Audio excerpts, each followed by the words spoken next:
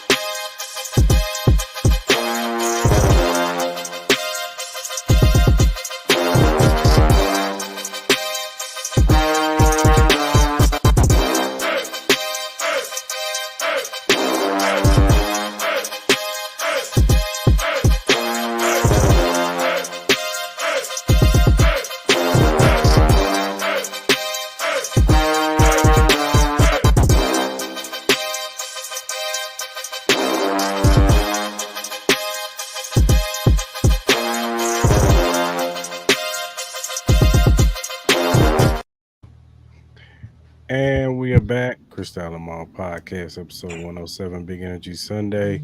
What's going on, Mall? How you feeling, man? I'm feeling great, brother. You know what I mean?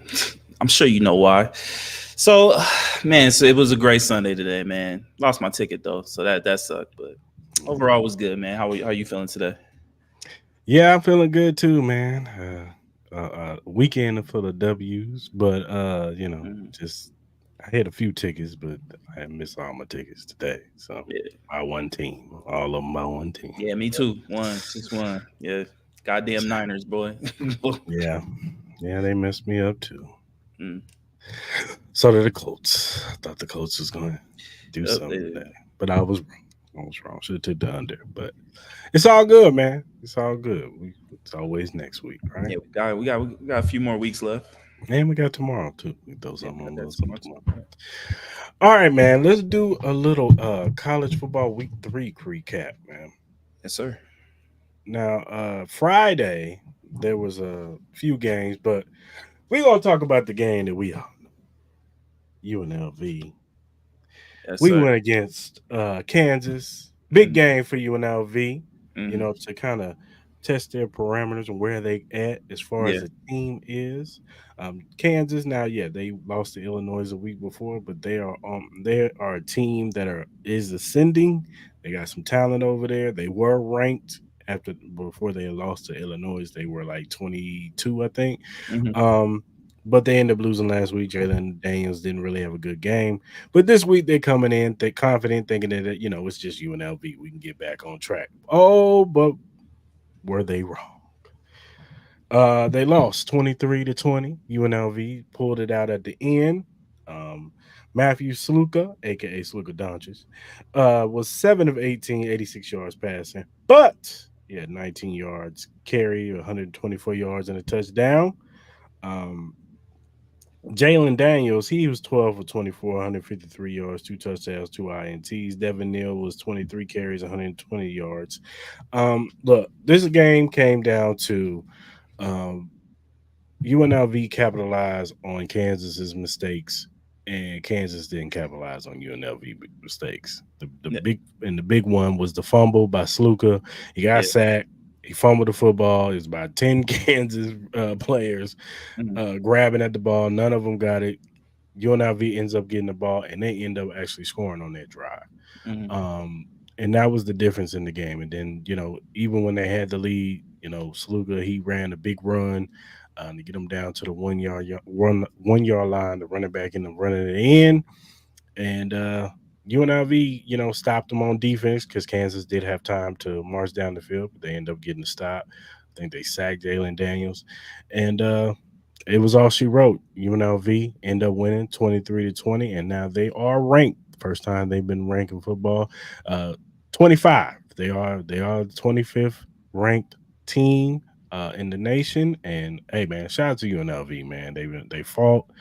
They looked good last year. They look like they've taken a step forward, even with a new quarterback, Sluka. Um, this kid, he looks like he's a gamer. Yeah. Is it pretty? No, it's not. But hell, we don't care, man. We just want to win, dog. So, and the running backs, they're pretty good. You know, you got what's his name, Ricky White the third. He's pretty Hmm. good too. He's really good wide receiver. Got some guys on defense. I like the kid McDuffie, the defensive lineman. Yeah. He's pretty good too. So, shout out to UNLV, man, for getting that dub, man. Yeah, no, I totally agree. You could kind of tell in the beginning stages of the game, man. I don't know if it was nerves or anything like that. UNLV had bit of trouble, controlling the run.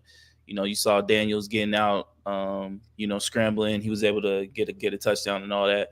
But man, overall, man, you just see the resilience in this UNLV team. Man, you see talent. Um, you know what I mean? They were able to calm down. That defense played amazing in the second half. You know what I mean? To kind of keep it in there. And then, Sluka, he did what he had to do to get that score, man, and put us up. And then, we were able to get the win. Big win on the road, man. I'm so proud of those boys. Uh, Barry Odom, shout out to him, man. He's kind of changed the culture. Brendan Marion, the OC, I mean, Mhm. he's been highly touted as like the next big up and coming head coach in the future. So, shout out to all those kids, man. They're making Vegas really, really proud, man. We got another one next week against Fresno State. For us being, you know, in the college the coaches poll for being in the top 25, man, that's really great. You know what I mean? I was really hoping the AP would have did showed us the same love too. I really do believe they need to Mhm. rank us as well, but they got us 29th, but it's all good. We're going to Yeah. go ahead and beat Fresno State, and then hopefully, the AP will finally have some faith in us. You know what I'm saying?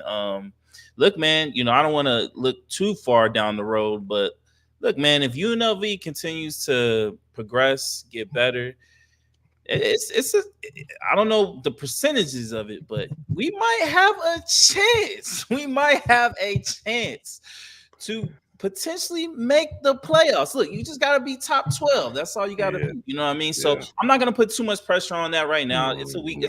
It's a day to day thing, week to week thing with this team. But overall, man, I'm really proud from what I've seen. Even if they would have lost that game, I was really proud just with Yeah. them Yeah. fighting, They especially fought. on the road, man, coming back, man. At first, a little bit, me and you were kind of watching the game. We were like, damn, man, we didn't. It looked like it was gonna start being like a snowball effect because Mhm. what I mean, we just could not stop the run. But with them, they slowly chipped the lead away. Got a couple field goals, got a couple stops. I forgot the gentleman's name, the linebacker. He's a senior on our team. He made I know you're talking about. a big Yeah. pick where I thought he was going to go in, but that got us some key points. And then obviously, I think the big one was at the end of the half when Sluka was able to hit the running back on that wheel route. When Mhm. there was a little bit of Mhm. confusion on what they wanted to do. So, hey, man, shout out to UNLV, man.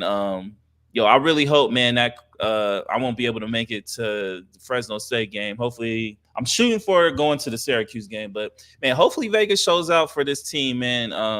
For the rest of this year, man, they need to go ahead and pack out Allegiant Stadium, man.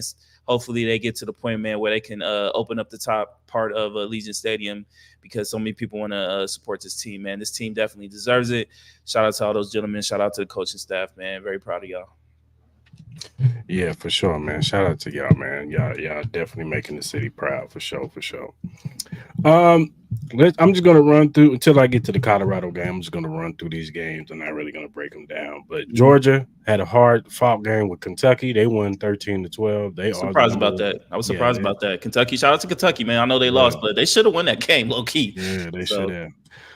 It was a tough fought, but champions always find a way to win the game, dog. absolutely, absolutely, yeah. Texas, they're still on the. I know they're playing a bunch of cupcakes, but they just in the row. They out here clowning, man. They got Arch Manning out here running 67-yard touchdowns. Hey, he looked good though. Hey, I'm just gonna say he looked good. You know what I mean? I know. Yeah, Hopefully, Quinn Ayers. Obviously, I don't think it's too serious. I know he has an yeah. abdomen Mhm. injury, so he's like week to week. But hey, man, yo, if Arch keeps, if I he keep told looking you, the way he looked, Quinn, man, hey, Quinn, man, don't mess, hey, don't. I hey, told you, don't mess up. hey, look, just before, I know we're gonna go quick, but yo, Texas, man, they're They got so much on that goddamn Isaiah squad, man. Bond. If one goes down, they got another one right there ready to go. So, hey, I've been said Texas is probably my favorite right now to win the whole Mhm. thing if the majority stays healthy. And this is with them losing all their running backs. So Yeah, imagine I if know. they had all of them on top of what they already have. Yo, man, shout out to Texas. They lost running backs. They lost their two top receivers in the The NFL. draft, Like, yeah, it's crazy, crazy, crazy, crazy how much talent that team has. and Texas was in a little bit of a slump for a minute there. They They couldn't were, get nothing over there. You know what I'm saying? Now they they were. getting everybody. So shout out to Texas, man. Yeah, shout out to them. Alabama end up pulling it out against Wisconsin's 42-10. I know Wisconsin's starting quarterback ended up tearing his ACL. Hopefully, speedy recovery for him. Yeah, for sure. But after that, it was just a rout. It Yeah, just it wasn't was. close anymore. Ole Miss, they're another team that's been on, a time. I know, like I said, they've been playing cupcakes, but they beat Wake Forest 40-6. They've been tearing it up too. We'll see what they can do in the Mhm. SEC, Yeah, and it's a wait and see with them. Yeah, for sure. Mizzou had a tough one with Boston College. They ended up pulling it out at the end, 27-21. My man Luther Burden had a game for himself, but it was a lot of penalties in this game. Oh my It was God, not Jesus! it wasn't clean out there, but hey, they got What it was done that at one the end. drive where I swear to God it was Yeah. like maybe like 7 penalties on one drive? Mhm. It was My man crazy. Luther Burden, he got it's the old you're the second one to get caught doing it. Yeah, The first person yeah, didn't get caught, but yeah. he threw a mouthpiece into the crowd or something like that. Got caught. Yo, But shout out to Burden, man. yeah, man, he Shout out balled to out him, though. He bro. balled out Yeah, though for sure. number one wide Uh, receiver for sure. I think so. He's up to him and Travis Hunter up there. Oregon and Oregon State. Oregon had a better showing from their past two games they had. They won 49-14 over Oregon State. Miami. Woo wee. I know it's a cupcake team, but this team looks like it's The boys prime. is It is ready. They ready. 60, 62-0. I think they're gonna run right through ACC, dog. I don't see a team in the ACC that's gonna be I able to don't challenge them. either. I met I don't. Clemson is the only team because I just know how talented they are. I get it that they lost their first game to Georgia and they got routed, but Clemson has been playing better. But Damn. any that's the only team that has any shot against this Miami team, bro. Cam Ward looking like he's the best quarterback going into Might the be NFL draft right now with Heisman. Shador. So, but yeah, looking good, looking good.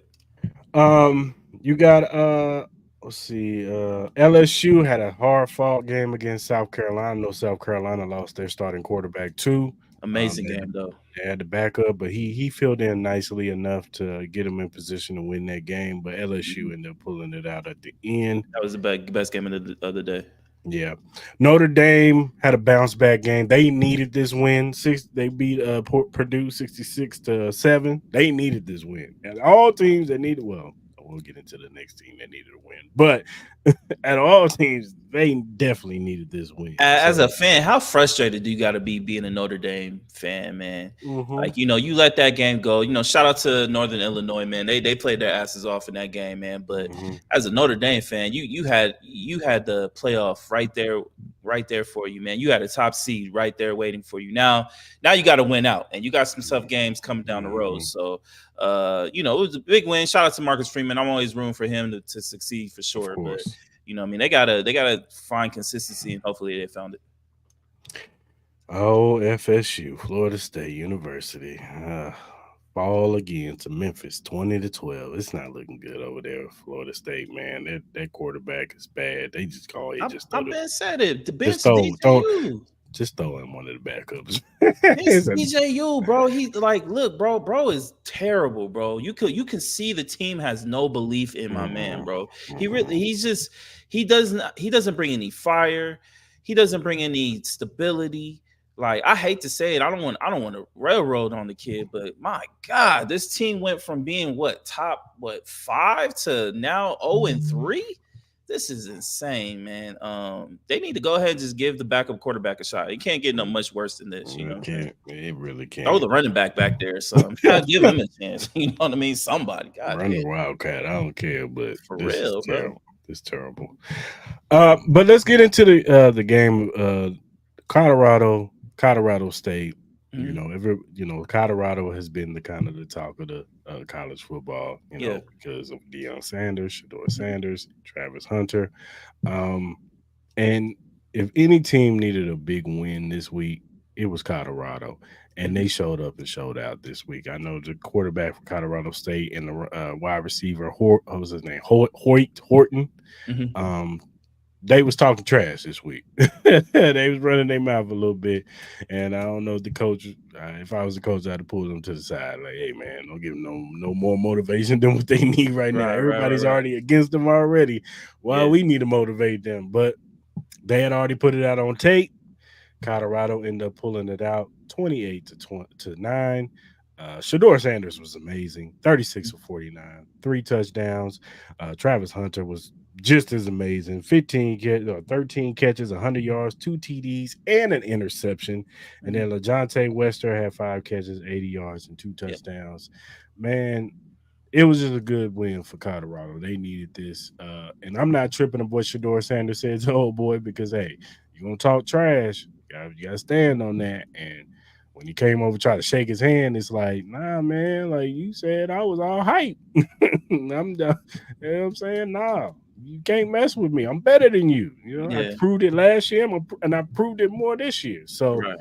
shout out to Shador Sanders. Shout out to Colorado. Hopefully, this helps them. I like at the press conference, he brought all the offensive linemen out there Mhm. with him and Travis Hunter to, do the post game conference. And that was cool. You know what I'm saying? To show the unity. Yeah. Hopefully, this is a building block for them to move forward. Look, I'm not looking for them to make the playoffs, but if they can get to 8 to 9 wins and possibly 10 wins, that'd be cool. You know what I'm saying? No, I agree with you. Like, I don't understand the hate with Shador and how he didn't want to respond to him, man. Like, come on, man. Like, you know how heated this rivalry is. Like, we Hmm. saw what happened last year. You know what I mean? Especially with the coach and Dion going back and forth. You know what I mean? All the hatred he was getting. So, at the end of the day, man, Colorado played a really good game. Like, anybody who says Shador Sanders is not a great quarterback, they're bugging, bro. Like, the last couple games, man, that his offensive line didn't do anything to help him. Like, I get it, he had some bad picks, but I think a lot of that was with the offensive line. I still think Shador Sanders is one of the top quarterbacks to come out for the draft next year, and obviously Travis Hunter is a once of a lifetime kind of talent, man. He's amazing, bro. So, Hmm. anybody that gets him in the NFL, man, they're gonna have one for sure. So, but man, I agree with you, man. Hopefully, this can give them some kind of sense of unity with this team, and Hmm. hopefully they found like a sense of direction. Hopefully, the offensive line can start clicking. This defense can find some small wins to get to a bigger win. You know what I mean? So at the end of the day, man, hopefully Colorado could just get some wins, get a little win streak going on, just build some confidence and keep it going, man. But shout out to Dion, man. Huge win, man. We all said this was a huge game for him, and they showed out. So let's see what they can do in their next game. Yeah, for sure, for sure. All right, man. It's enough of college football talk. There's some big fights this weekend, man. Let's talk about it, man. Canelo Belonga fight recap. Yep. Now, I saw the clips for Stephen Fulton. It looked like he was a little bit. He had a couple rounds where he's in trouble. He got knocked Mhm. down in one of the rounds, got hurt, but he ended up pulling it out. He ended up Yeah. winning the fight. Yeah. It sounded like he was dominant in the other rounds. So shout out to Stephen Fulton. You know, fan. I know he moved up in weight, so we'll see how he goes from going forward. He needed this win after coming off of that knockout from Inoue. But yeah, man, shout out to Stephen Fulton now. Yeah. Shout out to Steve, man. I didn't get a chance to watch the fight. I did watch some of the highlights, man. But it looked like he started out slow because I feel like Foden hasn't fought in a minute. So Mhm. maybe it might have just been some ring rust with him, but he was able to get his bearings and win the fight, man. So shout out to him. I'm curious to see who his next opponent will be. I know he wants eventually to get that rematch with anyway. So he got to work up towards that. You know what I mean? Getting knocked down really don't help his cause. Mhm. But Mhm. shout out to my G for real. Then Rolly Romero, everybody knows him as Rolly, but he fought a guy named I think Manuel Jaimes. Yeah. He ended up beating dude pretty soundly. He hit him. I know he knocked him down in one of the rounds with an uppercut. Mhm. Shout out to Rolly. You know what I'm saying? Hey man, we know we dog on him a lot, and we tell you Rolly ain't good, but he looked that good. You know, from what I saw, he looked like he looked good in this fight. Shout out to Rolly, man. Hopefully, you know what I'm saying. I know he's a young kid. He's still young in this game. So hopefully this can propel him to, get some, get better, and Nah, continue this on had to this be the trajectory. best. Nah, yeah, this has to be the best I've seen Rolly in Hmm. how many fights? You know what I mean? Hmm. Like he was laying the wood, man. He finally was able to show his power, his speed. It looked like he was actually motivated in this fight. He wasn't like bullshitting around. You know what I'm saying? So, yeah, man. If Rolly can just continue being this type of fighter, where he actually looks like he's actually motivated and wants to be a part of this fight and not joke around, not bullshit, and take these fights serious, then we see what he can become. Now he still takes a lot of hits. You know what I mean? I don't Yeah. think that will ever change, but I mean, he can dish out some punishment as well. So, let's see what happens with Rolly. I'm very curious to see what his next fight is and if he can maintain this level of success. Yeah, for sure, for sure. And then you had our guy Caleb Plant. He went against Yeah. Rocky McCready. Hmm. Um, he had a little trouble himself. Almost he got knocked down in one of the rounds, Yeah. but he ended up coming back, getting a TKO in one of Mhm. the rounds, the later rounds, and he ended up winning the fight. Shout out to Caleb Plant, man. We all, me and you are big, huge Caleb Plant friends. I like Caleb 100%. Plant. I think he's a really good fighter, man. He had some losses against. I mean, come on, it's Canelo and David Benavidez. There's they're two of the Two of the best in the best, yeah. world. But outside of that, I think Caleb has a chance to beat any other 168 pounder in the world. You know what I'm saying? So shout out to Caleb Plant, man, for having another good win, man. Yeah, man. Another fighter who's working off the ring rust. He hasn't been in the ring in a minute. He started off slow, but he looked good in that. Well, I think he was seventh or eighth round. I think he Mhm. finished him in or something like that. So man, shout out to Caleb, man. I want him to fight Charlo so bad. Just Yeah, I go do ahead and too. fight Charlo, Yeah, bro. That's the fight yeah. I want to see. If not, Mhm. man, take on Berlanga, bro. Take Berlanga on. I want to see Oh, that one too. Him, So Belonga, one of them Mug, two fights. Mugwai, what I'm saying? One of those two, one of the young guns who fought Canelo. I ain't mad at If I either had one to of those. rank what I personally want, it's got to be Charlo one, the Berlanga a one Yeah, B, and yeah, Mungwai. That's like three, yeah, four. Dog, yeah. honestly. And look, Rocky McCready, I would kind of want to see dude again. He No, was me all too. Me right. too, He man. was He better. like He was better than what I thought. a It's hundred Trevor percent, McCready. man. My bad. His name is Trevor McCready. But I want Trevor. to see him. I want to see him again, man. Yeah, no, me too. Me too, man. Shout out to boy, man, for real. Like he held his own, man. And I just Yeah. think he just got worn out by Caleb Mhm, when I think mhm, he woke him up when I think Caleb got woken up when he got knocked down. He's like, all right, man, mhm. let me go ahead and Let me take this lock in. motherfucker really, really serious. Yeah, Cause I don't think he really took him serious in the he beginning. He's like, didn't. man, I'm about to watch old boy. But he got him down. It wasn't even like a real serious knockdown. I think he got punched in the arm, and I think he just kind of like fell over. I Mhm. think he got a little surprised by it. But at the end of the day, man, it woke up Caleb. Caleb was able to do what he does. Like Caleb is one of the top boxers in the world right now.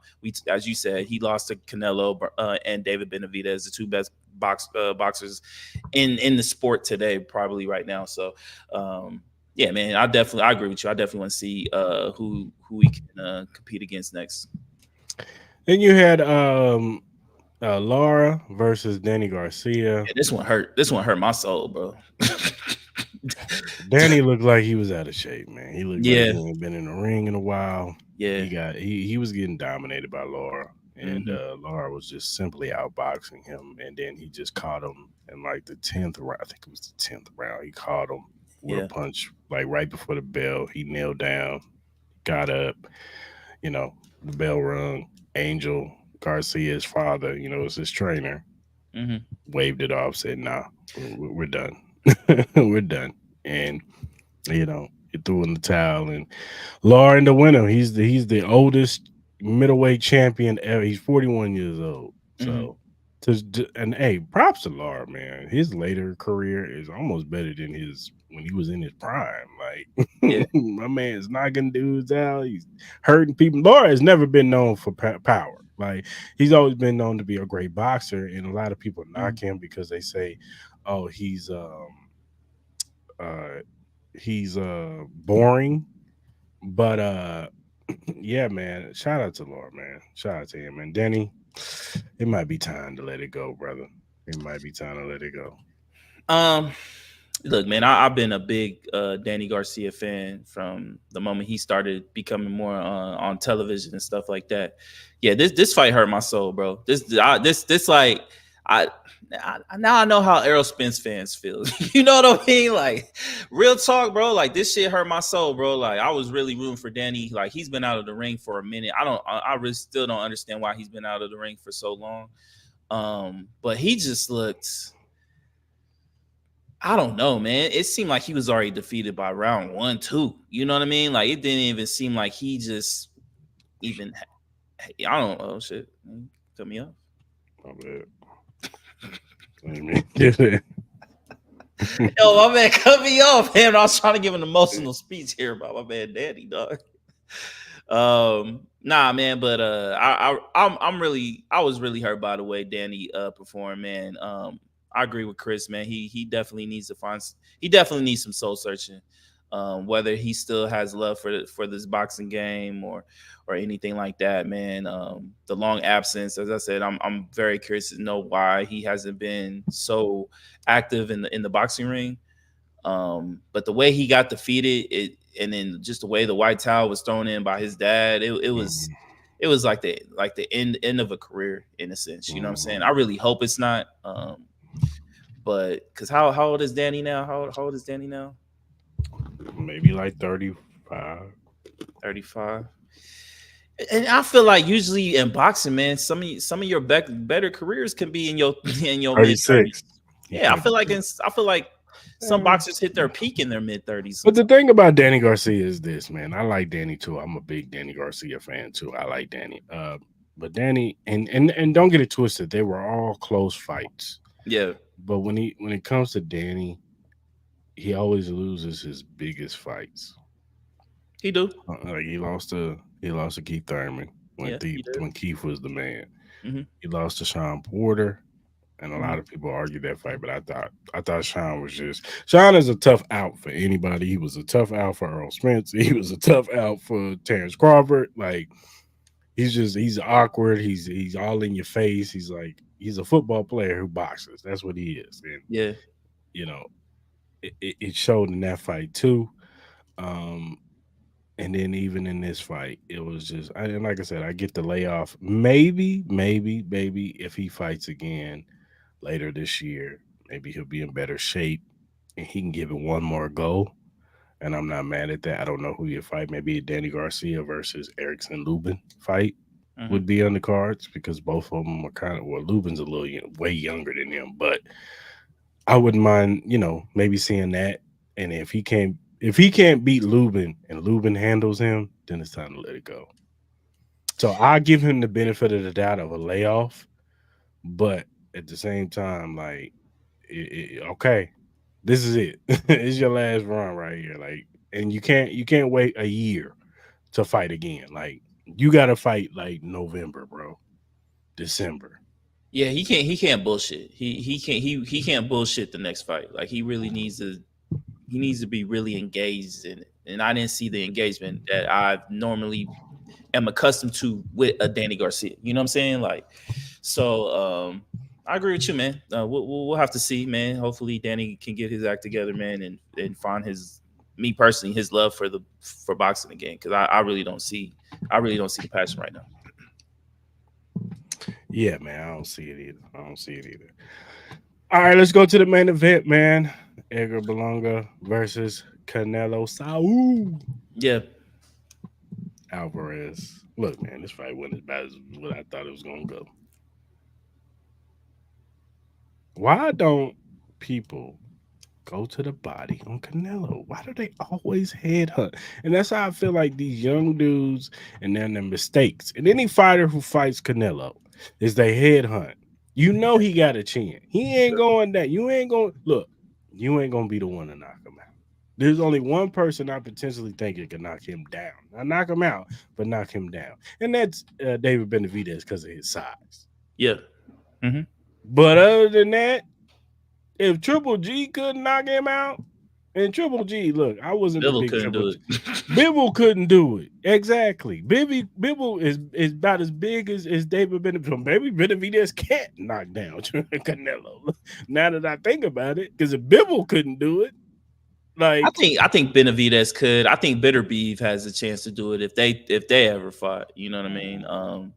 You gotta trust me, outbox Canelo, bro. You gotta trust me, outbox. trust me. Who? Canelo would never fight Bitter.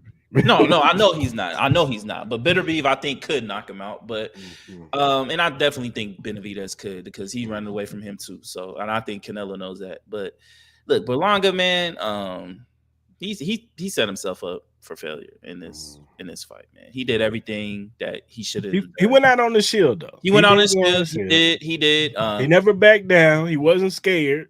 Canelo hit him with a smooth left hook. A smooth left hook. He caught him with the feint to the body. Hey, look, Caught him with the feint to the bottom and boop.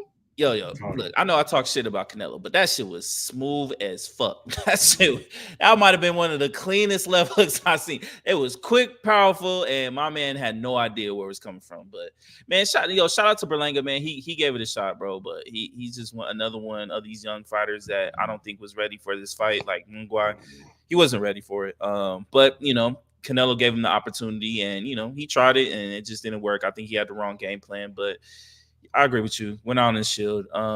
Look, man, give Terrence Crawford a shot. He's ready. I know Canelo started talking about Bivol and all that, but I don't think Bivol wants to do that again, man. We all know what that fight's gonna be, man. Bivol's gonna work you, bro. And with Canelo, it's either Terrence Crawford or David Benavidez. Those are the only two fights anybody wants to get your ass whooped or get your ass whooped. It's one of them two, bro. So, and then I'm gonna be honest with you. I get Canelo won, but from what I've seen, I really believe Terrence Crawford will beat Canelo. I'm not saying he's gonna knock him out. I just think he's gonna outbox the fuck out of this dude. That's my purpose. That's my thinking. So make it happen. Next Cinco de Mayo should be Terrence Crawford versus Canelo Alvarez at either T-Mobile, or if it's froggy enough, do it at Allegiant. Or if you feel froggy enough, do it at the Sphere. Because shout out to UFC. You know what I mean? Spoiler alert: Dana White gonna get one of my flowers of the week because that shit was fucking amazing. And I get it; they spent $20 million for productions and all that. But I'm sure the Saudi, my man from Saudi, that is in the excellency, man. Excellency. I'm sure he forked over and helped out a little bit of that. You know what I'm saying? So I'm sure Dana White did it. It was his call. It was Ryder call. It was Ryder season, baby. I know. That's what I'm saying. I know His Excellency didn't fork over the entire bill to Dana White. So I'm sure UFC will do that again because that atmosphere is amazing. I still definitely need to go into the Sphere and check it out. I really need to. But back to this. But Canelo, bro. Shout out to you winning. I can't really talk shit. My thing is, I just want to see you fight a fighter that has the potential to beat you. Like, stop doing these fights that we know you're going to win. You can sit here and tell us all in the world that, this is a great fight that fans want to watch. No one asked for you to fight Berlanga. No one asked for you to fight Mungwai. The only fight any fans, even your fans, want to see you fight is number one is David Benavidez. That's the number one fight. It's not even Crawford. It's David Benavidez that we all want to see you fight. Number 1B is Terrence Crawford. Terrence Crawford has called you out. You said it's a light fight. You said it's light work. Take the fight. Take the fight. What are you running away from? The Excellency is willing to pay you. Terrence Crawford wants you. That pay-per-view will do numbers. Your bank account, your bankroll will double. I swear to you. Trust me, bro. We're telling you, this is what the people want. Make it happen, bro. Make it happen. It will be the biggest fight of the year. UFC couldn't touch it. No other boxing match could touch that, unless if it's a David Benavidez fight. Terrence Crawford, Canelo, make it happen. It's the biggest fight of the year. It's not even close. Yeah, for sure. I agree. Unless you do a Gervonta Inoue fight, or a Shakur fight, that'll be the only one that will come close. And Terrence Crawford and Teofimo had a little spat. He smacked him beside his head. Yo, bump the Canelo thing. Teofimo and Gervonta, make that fight happen. Please, I beg you. I want that shit so bad. Teofimo and I just wanted Gervonta, for the press conference. that shit will be fireworks from press conferences to to Snapchats, IG lives, all that to the entrances, to the card, to the fight. I'm telling you, man, that shit will be fire, bro. That might be the most exciting fight you could possibly make right now. Yeah, you could. I really believe that because Teofimo, I get it. Teofimo sometimes when he fights people that aren't really like on his level, he tends to do some bullshit. We know he tends to be on the edge of losing the fight. You know what I mean? But when it comes but if tell me a fight when it wasn't a big time fight where Teofimo didn't step up and Mm-hmm. show that he could be one of the best in that division. With So the I rope. think you would get the best of Teofimo with a Gervonta Davis fight. I really do. Now the rumor is that Tank's supposed to be fighting Edward D. Los Santos next in December. I don't know what you want me to say to that, brother. I don't know what you want me to I'm say. just telling you. Come on, Bro. Gervonta, brother. In Make December, that might be the I, fight. Yeah. Gervonta, I'm a huge fan of you, my brother. If you ever watch our podcast, we will be blessed. We'd be thankful that you even took your time to watch this, my brother. Please, I am begging you, Oh, we're gonna get into that later, please, DJ. please take the Teofimo fight. Please, I beg you, sir. Please do that for the love of the game. For the love of the game, bro. I like both fighters, but Gervonta, please, brother, take that. Yeah, man, it's not looking good. All right, man.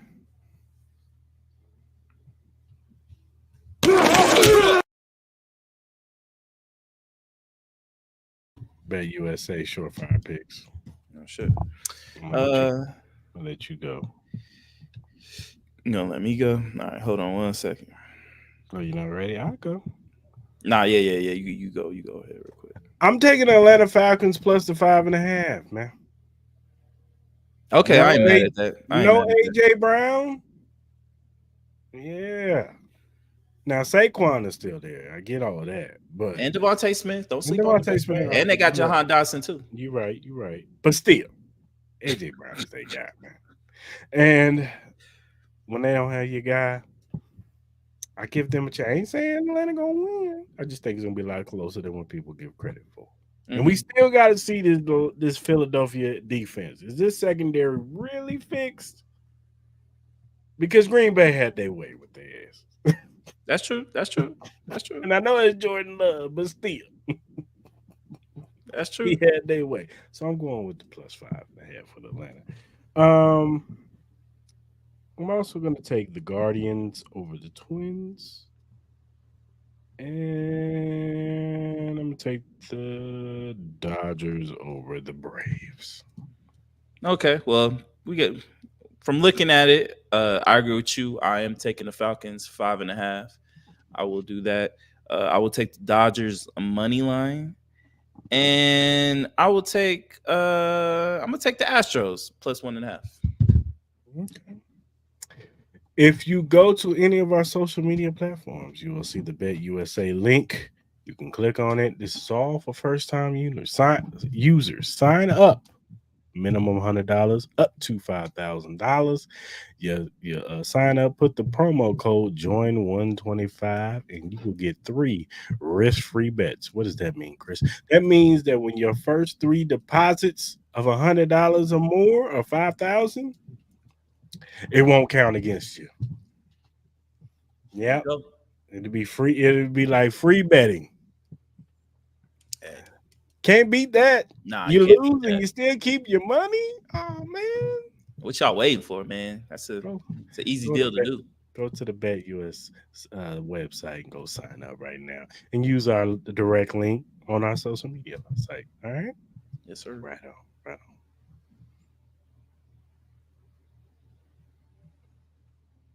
That's Phillies Falcons game over for sure. All right, man. UFC 306 happened too at the Spear. We kind of talked about it a little bit. Yeah. I didn't get to see most of it. All I saw was the last 2 fights. I saw the girl fight and I saw Sean O'Malley and old boy. Yeah. So I'm gonna let you talk about the first few fights that you saw. Well, I'm gonna be honest with you, brother. Got stuck at dinner, so I had to also did not see the first couple fights. I got out the first fight I was able to watch was the Brian Ortega Lopez fight.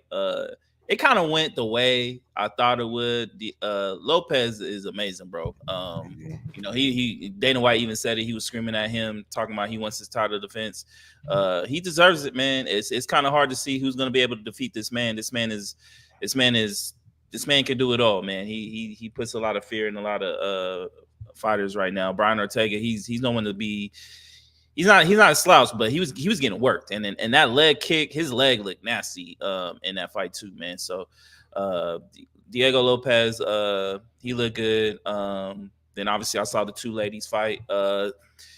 Valentina, man, I called it, man. I said she was gonna win. That fight wasn't really too exciting. I thought Grasso had her in the chokehold a little bit. I thought for a little bit, I thought she was gonna win it. It looked like she passed out because her arm went a little limp a little bit to me, but maybe she woke up. But that fight was okay. And then I was really disappointed in Sean O'Malley, man. I thought he could have did a little bit more.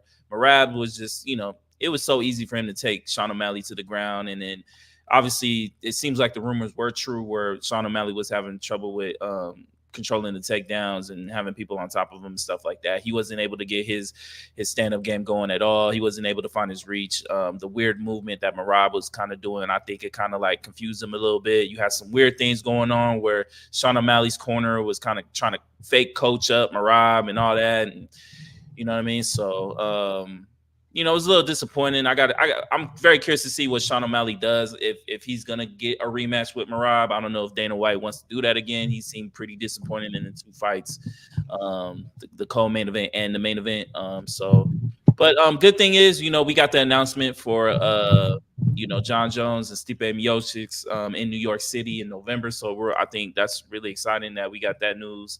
And then the overall view of just the sphere was amazing. 20 out of 10. I can only imagine what it would have been like if we were physically there to see that. The production was amazing. Shout out to Dana White, his whole entire production staff.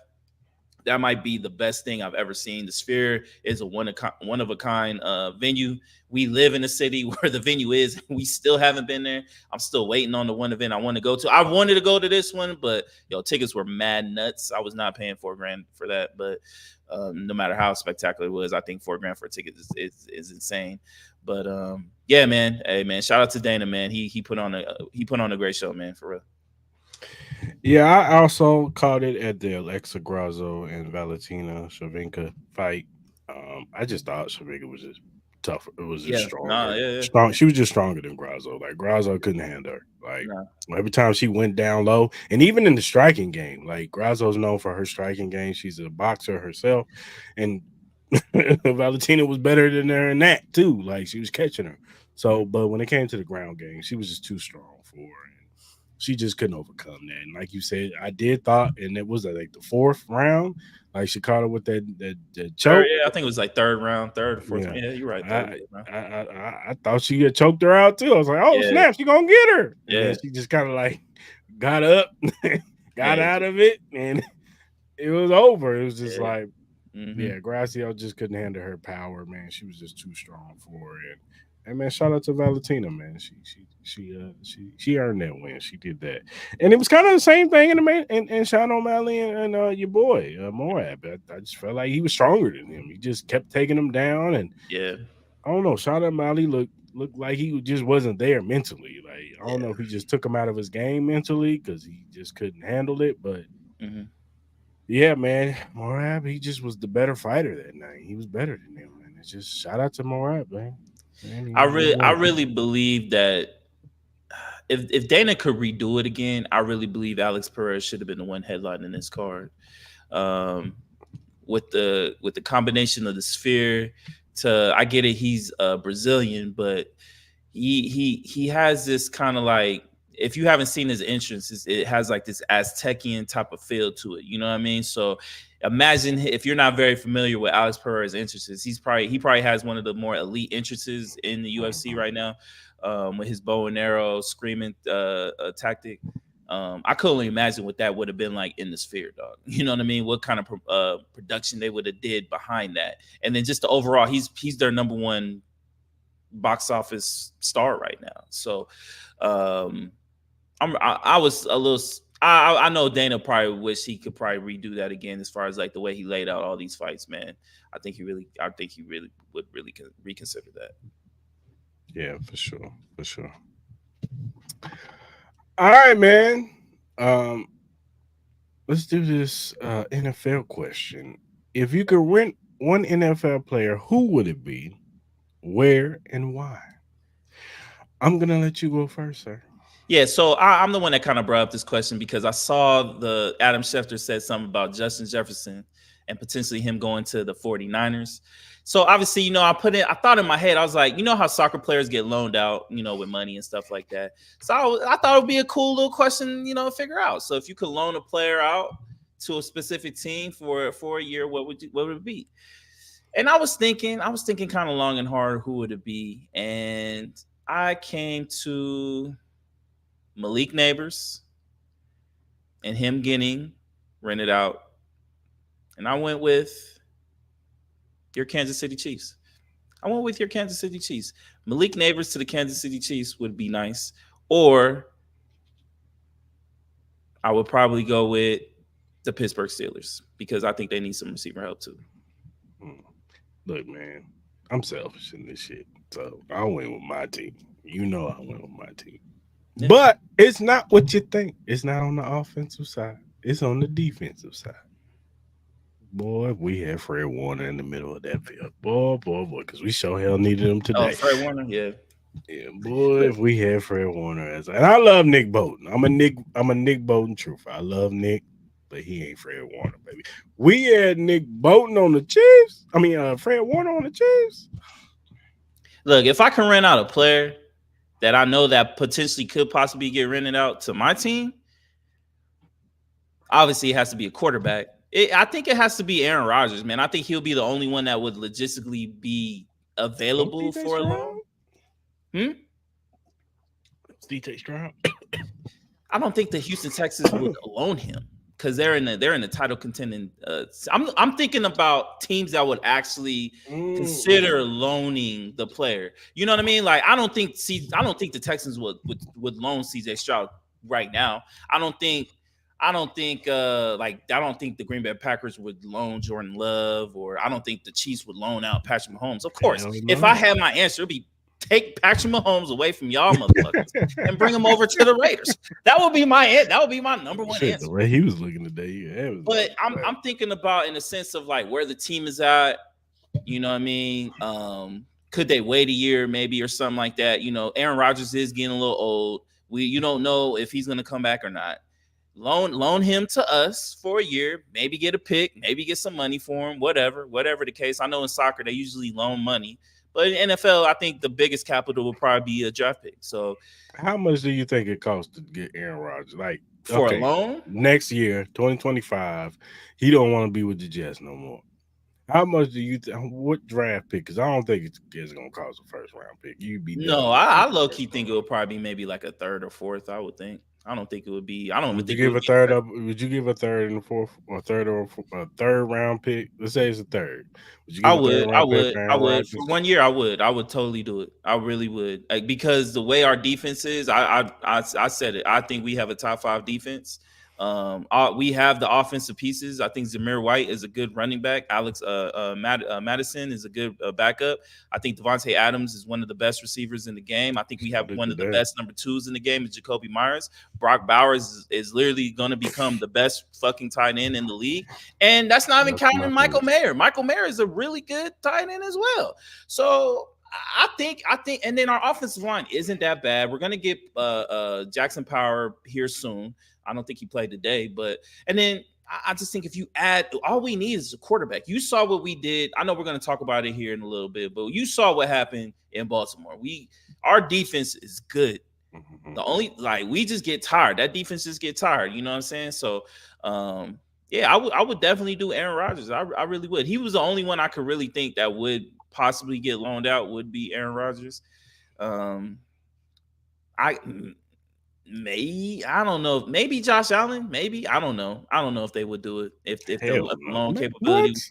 I don't think they would Buffalo do it. that is their god over there. I know. I don't think because I'm thinking in the sense is like would they loan him out for a year? Like so you'll loan him for a year and then he'll be back. So like this year with everything going on, you could rebuild the team, you get extra draft pick. You'll just loan him out for this year and then he'll be back with you next. Man, they are 2-0 right now. They ain't no yeah. No, I don't think they would do it. I honestly can't think of anything. I could see maybe a Kirk Cousins situation because they have Michael Penix in the Like back. You know what I'm yeah. saying?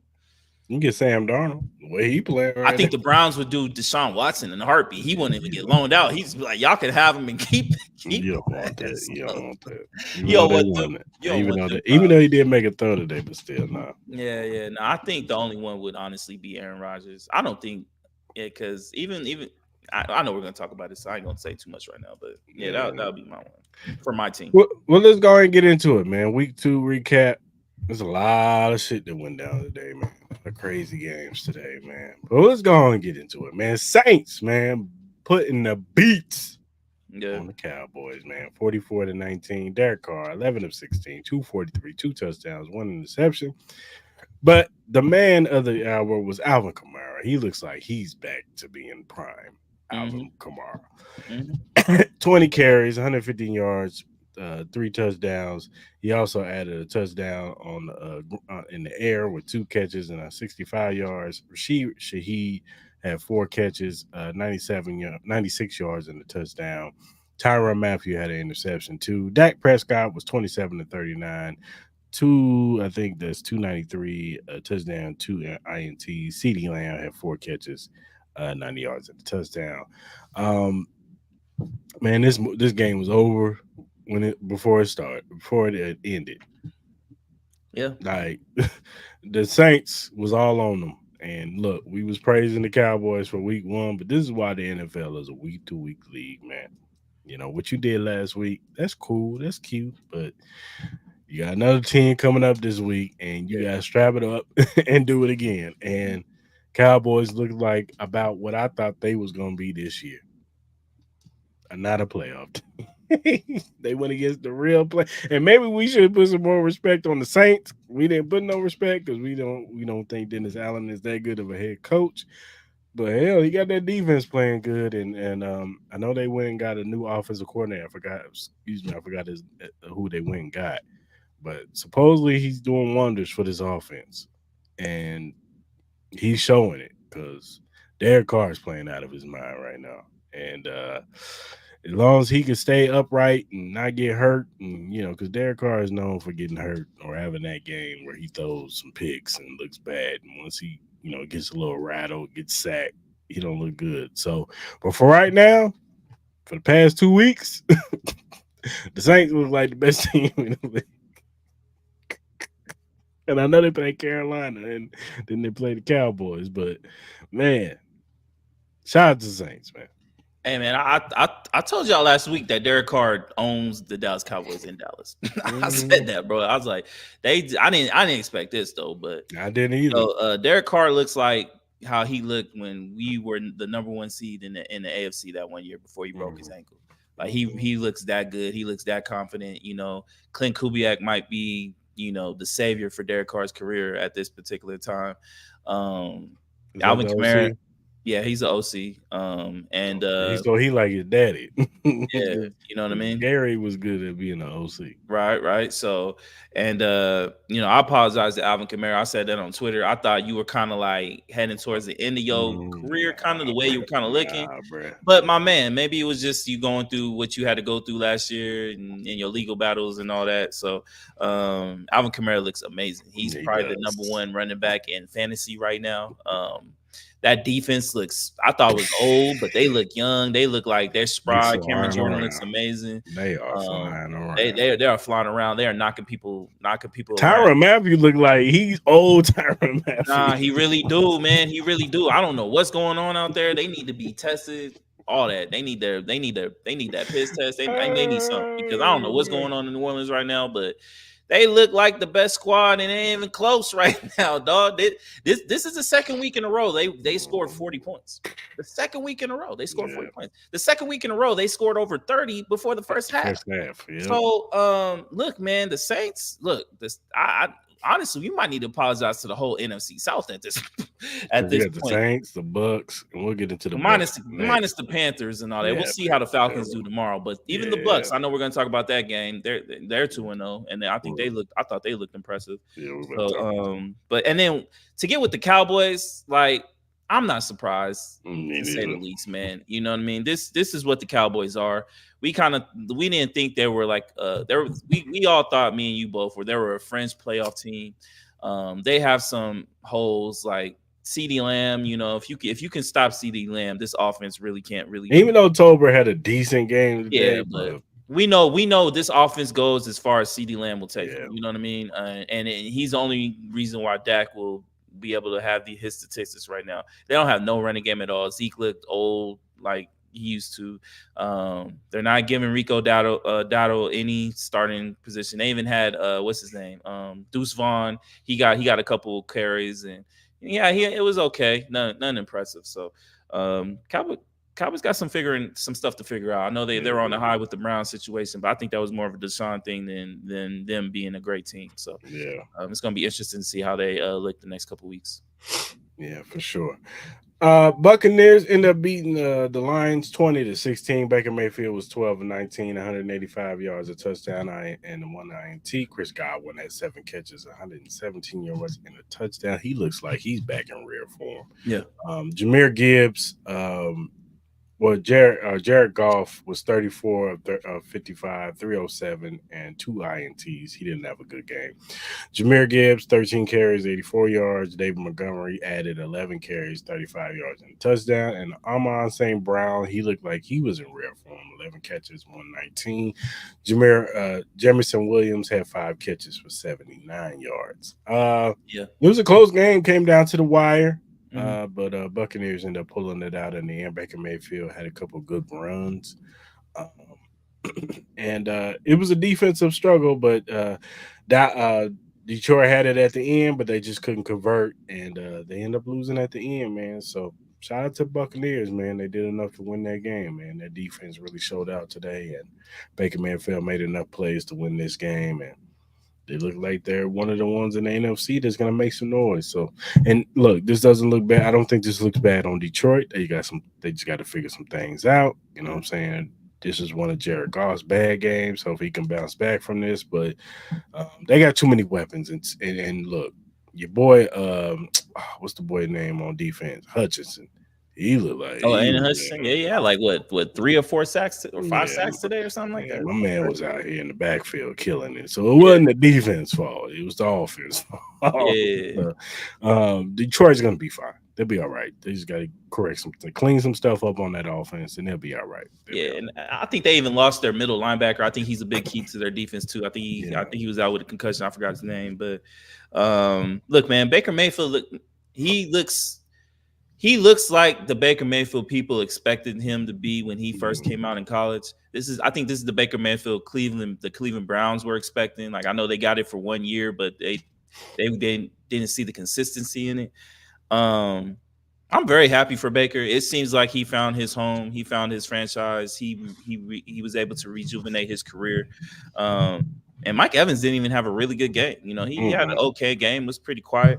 Godwin looks like he's back to his normal self. And then with the Lions, man, I was glad to see St. Brown, you know, getting his touches. They need to find a way to get Jameer Gibbs more love, man. I think that's the thing that's really been missing. He's really their real explosive. Where is Laporta? Laporta too, man. They have too much talent for them to only be scoring 16 points. Let's call it spade. You got Laporta, you got Jameer Gibbs, Jamison Williams looks amazing. Amon-Ra St. Brown, that's not including some of the other cats that they have. So offensively, they should easily get 24 to 27 points every single game.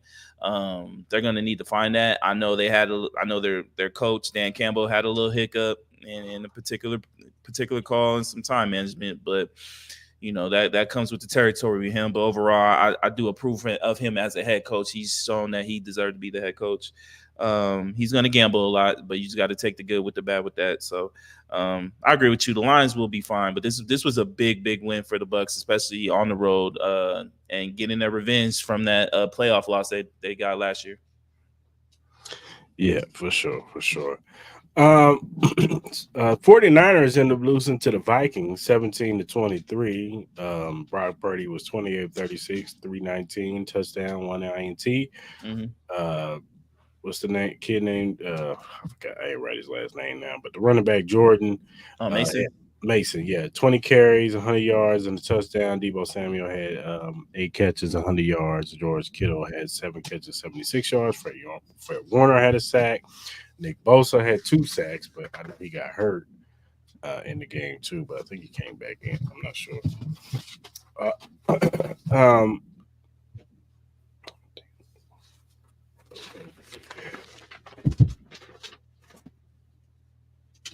oh, where I put it? No, I wrote it stuff down. Oh, here we go. Sam Darnold had 17 of 26, 268 yards, 2 touchdowns, interception. Ty Chandler had 10 carries, 82 yards. Justin Jefferson, 4 catches, 133 yards, a touchdown. He went out with an injury, quad injury, but he said he's not going to miss any time. We'll see about that. And the Vikings defense altogether had 6 sacks. Um, Brock Purdy had a rough time in that pocket today. Yeah. That defensive line was giving him trouble. Hmm. Hey, man, Justin Jefferson is just the man, dog. He's the best receiver in the league, man. Yeah. Yeah. And he showed it today, man. He just that secondary couldn't do nothing with him until he got hurt. You know what I'm saying? And Yeah.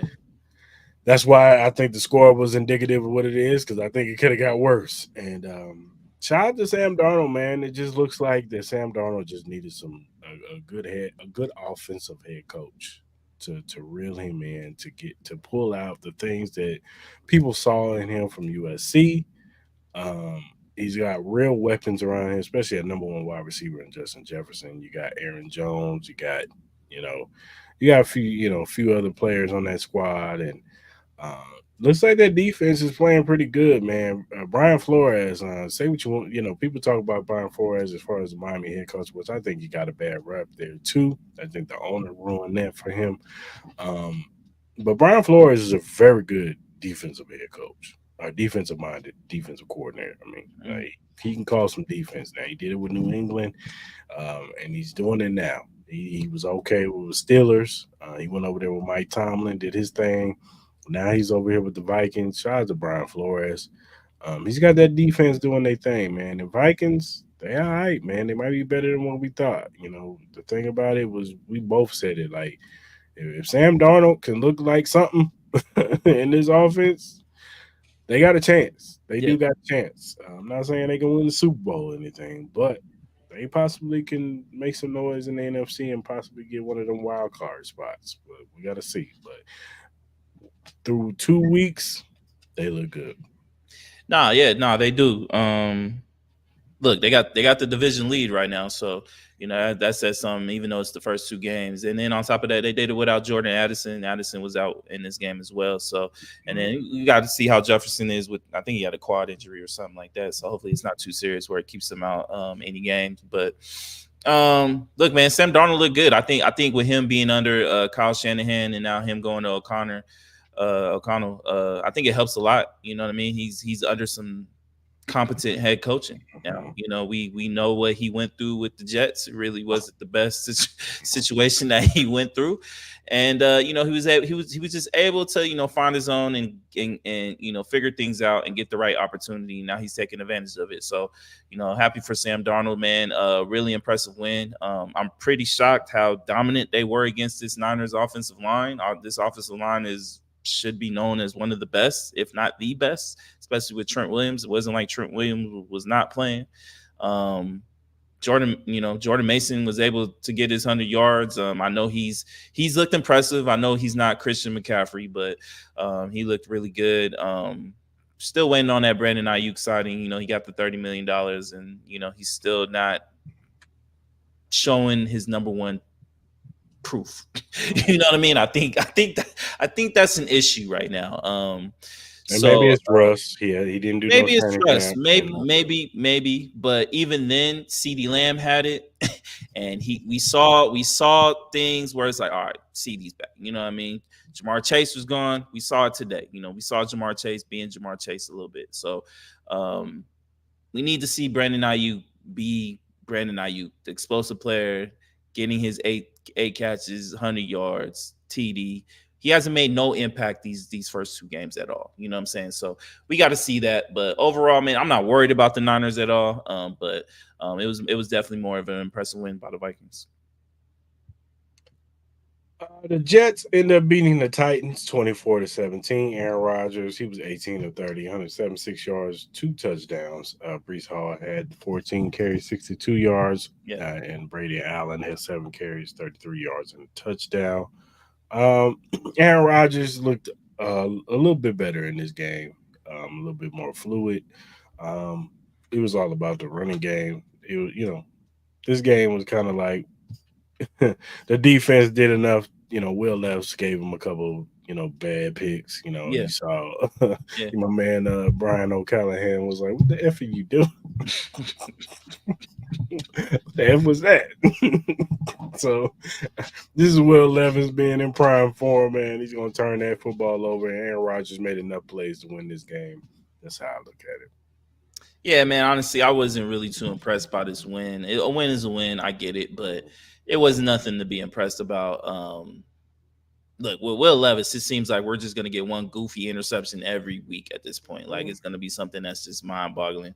Um, but overall, man, the Titans team is gonna be a tough matchup for anybody. But Their this defense is good. the defense is really good. The defense is really good. But it's just something about this Jets team that is just not clicking with me, dog. We expected this, and I get it. Aaron Rodgers is coming off an Achilles injury. He is older, but I still expected more. It's something that just is. I don't know what it is. I don't know if it's the Robert Sala or that he just Yeah. does not have. I don't know what it is with this team, but it's like we haven't seen Garrett Wilson be Garrett Wilson. We saw it a little bit. Brees Hall hasn't really been Brees Hall. We still little things here and there. The play calling doesn't seem like it's well at all. Like I'm not a fan of their OC at all. But I don't know, man. It's just something about this Jets team that I'm not a fan of what I'm seeing right now. Give me Brent Johnson to the Jets next year, man. See how he looks when Aaron Rodgers with that offense. If Aaron Rodgers is there, Yeah, that's true. who knows? Uh, then we had we can talk about your boys. I got the dub against the Ravens. Yes, sir. Raiders beat the Ravens 26-23. Yeah. Gardner Minshew was 30 of 38, 276, a touchdown, and one INT. Devontae Adams had 9 catches, 110, and a touchdown. Lamar Jackson was 21 of 34, 247, uh, a touchdown, and a one pick. Derrick Henry, 18 carries, 84 yards, and a touchdown. Zay Flowers had 7 catches, 91 yards, and a touchdown. This was a defensive struggle. Yeah. Um, Lamar Jackson made some mistakes in this game. Your defensive line got after it. Max Crosby also had 2 sacks today. Shout Mhm. out to Max Crosby. Um, and y'all pulled it out at the end. It took a minute. You know what I'm saying? Devontae Adams did drop a touchdown that probably would have made this game a little bit more. You guys would have won like 30 something to 23. But Yeah. y'all ended up pulling it out. He got a touchdown at the end when y'all needed it, and hey man, y'all beat the Ravens. This is a good win. You know what I'm saying? And look, the Ravens, they didn't look right, but y'all, I attribute that to y'all defense, man. Y'all defense is really good. I said going into this year, I think y'all defensive line could be really, really good, and it showed it in this game, man. That your defense was going to keep you in a lot of games this year. It was just about, can Gardner Minshew do enough to win y'all some games? Can he get it to the playmakers? You got Devontae Adams, you got Jacoby Myers. Jameer White is a solid running back. Is he a world beater? No. but he's a solid running back. You got Brock Bowers. Brock Bowers balled out today. Every time I looked up, Brock Bowers was catching the pass Yeah, over the middle. yeah. Big couple So third down catches. Yep. yeah, he did. So yeah, and then this is the beginning. Once he really like get revved up, like he gonna be a problem. So Hmm. with Mayer. So um if Gardner Minshew cannot if he doesn't turn the football over in crucial moments, you guys have a chance to win games. No, we do. Yeah. And I'll give you that credit. You know, I know we have our rivalry, Chiefs Raiders, but at the end of the day, I love football and I watch football from a perspective of if I see something, I'm Yeah. gonna analyze it the right way. I'm not gonna go in there and be like all biased. Oh, y'all need no, you know what I'm saying? Like y'all defensive line is really good.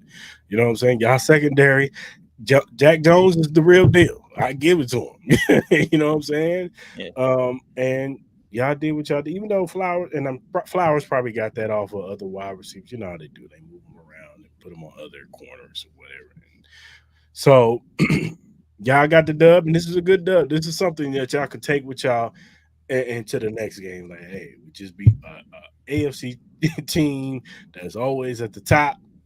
Just take this into the next game. Who y'all play next? Panthers. Oh, y'all should beat them. But yeah, man, it was a good win for y'all, man. Nah, this wasn't a good. It was a great win. Yeah. Our defense, like we at the beginning of the season, it was we knew what the defensive line was. We knew the defensive line was going to be great. The questions on our defense was the linebackers and the corners, and all three phases of that defense have been playing outstanding, outstanding. Like our cornerbacks are locking people up. Our linebackers are covering. Isaiah likely didn't do anything. Mark Andrews had a couple catches, but it was nothing crazy where he went off for like 100 yards or anything like that. Derrick Henry, he looked okay. Like he got about 80 yards and stuff like that, but we were able to contain him. Our defense is top five, and if anybody laughs at that, just wait until you play us. You will really get to see it. And then obviously, like in the first half, I really wanted to go through the TV screen and just choke Luke Getsy because his play call was just atrocious. And I think in that, I don't know what happened. I don't know what Antonio Pierce threatened with him with his life or something like that. His play calling was actually decent in the second half and was literally flawless in that fourth quarter. He was finally starting to get some looks at Devontae Adams. Brock Bowers was starting to get involved. Like the key players needed to get the ball. They got it. Shout out to Gardner Minshew. No, didn't turn over the ball. Clean game. Fourth quarter, we saw some of that Minshew magic where he was able to escape the pocket and make some big time throws. Look, man, if we didn't had those two turnovers against the Chargers, I think we win that game as well. So we could easily be 2-0. So I'm very proud of what these guys have been doing. I'm very proud of AP. And look, man, if we can just win next week, we got the Browns. Then we could be really in this division thing. And you know how we and you both know that Chiefs game, we ain't scared of that. We ain't scared of y'all, baby. So and you know it might that game might be heat, bro. I'll try to tell you, bro. That game might be heat, man. But shout out to AP, man. I'm very proud of y'all, man. I saw the clip of him in the back and how emotional he was getting that win, man. So I'm very happy to see that, man. I'm very happy for those guys. They've been playing hard, man. And as a Raider fan, you gotta be nothing but proud just to see what you're watching, man. I know we have our flaws, but the way they've been playing hard, man, that's all you can ask for any football team, and just have a chance to win the game, man. So very proud of all those guys, man. And congratulations on the win, man. Very, very proud. Yeah, for sure, for sure. Um, the Colts end up being the Packers, 10-16. Uh, see, this is crazy because when I talked about this game on Wednesday, I said the keys to this game, if the Packers gonna win this game, Josh Jacobs had to go off, and Malik Neighbors would just not have to turn the football over. And God damn it, he did it. Mm-hmm. Anthony Richards was 17 of 34, 204 touchdown. Now, two INTs didn't help out either. Two turnovers didn't help out either. Because Jonathan Taylor was still good. 12 carries, 103 yards. Now, Alec Pierce, he had 5 catches, 56 yards, and a touchdown. Malik Willis was 12 of 14, 122 yards, a touchdown. Josh Jacobs had 32 carries, 151 yards, and Romeo Dobbs had uh, was that 3 catches and 62 yards. Hmm. Um, the tell of this game is Anthony Richardson, man. He made some crucial bad decisions in this game that cost him this game.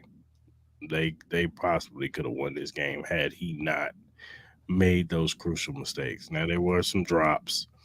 I think AD Mitchell dropped a pass that probably should have been caught.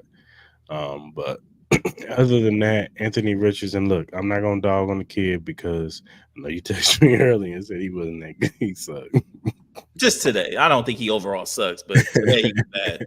Today he was terrible. I just think he's getting his groove. He hasn't played a lot of football. You know No, what I'm yeah. saying? He got hurt early in the season last year, so I think this is technically really his rookie year. You know what I'm saying? So he's really just getting his footing in. Shane Steichen is finding out, figuring out, what he's good at, what he's not good at right now, and what he needs to improve on. But another kid has talent. It's just, honing that in and getting him to not make the crucial mistakes at the wrong time. So, um, shout out to the Packers, man. Hey, man, you gotta take these dubs right now, man. I don't care how you get them. You just got to take them until Jordan Love gets right. You know what I'm saying? So, hey, man, if you're the Packers and you celebrate this win tonight, you know what I'm saying? Because hey, when you ain't got your best player, your guy, your franchise quarterback in the backfield, and you still get the dub, you gotta take them dubs and just say, hey, on to the next. So shout out to the Packers, man. Nah, yeah, like it's a big win, especially if it seems like Jordan Love's going to be able to come back sooner than we all thought. We all thought he was going to be out for at least maybe like a month, maybe month and a half, but it seemed like he might be able to come back in as early as maybe next week, maybe the week after. So, very huge win. I'm waiting on Jonathan Taylor to show us where year one Jonathan Taylor is. I have not. Like he had a couple good games last year, but overall, man, I have not seen anything that has shown me Jonathan Taylor has been a consistent running back at all.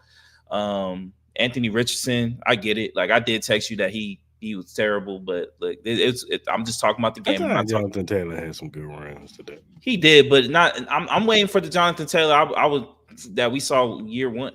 Where's I that? get it. The I get it. consistency in that. You know what I mean? Like he's not been consistent like a Saquon Barkley or hell even Alvin Kamara. I know he had a bad year or two, but Alvin Kamara at least showed us some consistency. He was probably one of the better running backs for 4 years before that. So I'm waiting on that. They were supposed to have a defense, a decent offensive line. You know that doesn't really seem like it's going well. Anthony Richardson, he had 3 interceptions. It seemed like more of a regression today. I don't expect him to continuously play this bad. I expect him to be a better quarterback. I was really disappointed in his play. Uh, I was disappointed just the overall focus. I think in that opening drive, you just could tell the Colts weren't in it. I don't know what it was. This was a game that they should have won.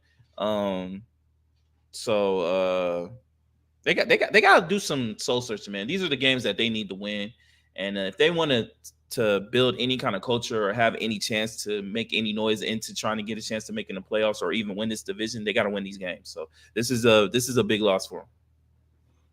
Yeah, for sure. It is. It is.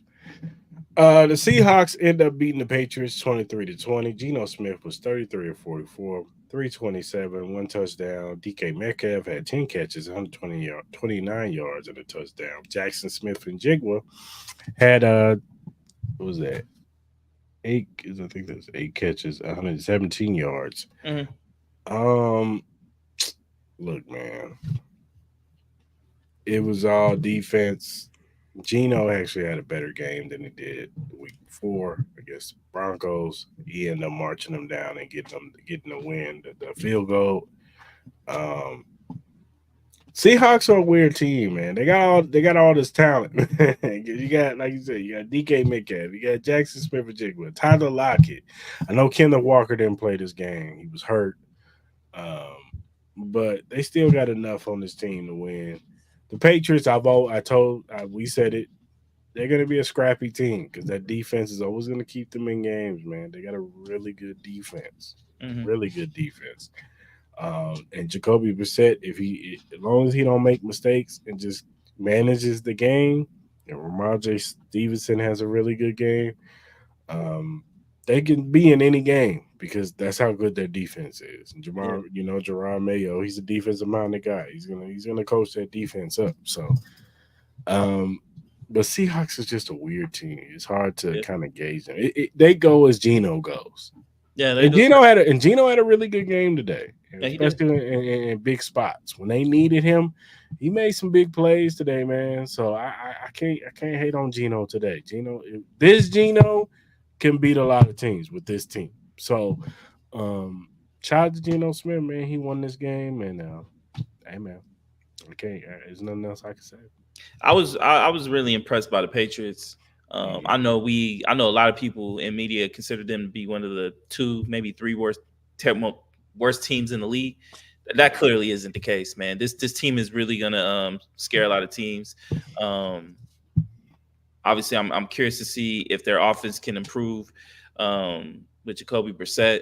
I don't know if there's any chance Drake May will get a chance if they want to see a little bit more explosion as far as like down the field. Be a mm. curiosity to see. But yeah, man, Geno Smith played a hell of a game, man. He's the main reason why they won. So, man, shout out to the Seahawks for a big East Coast win, man. That those games are really hard for those West Coast teams to play early, fly all the way a couple thousand miles away for an early morning game, man. So, big win. They're 2-0, leaders in that division. So, hey, hey, it's gonna be interesting in that division for real. It is. It is. The division is very interesting.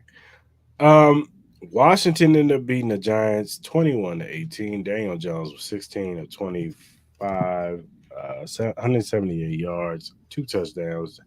Devin Singletary had 16 carries and 95 yards. Malik Neighbors had 10 catches, 127 yards, and a touchdown.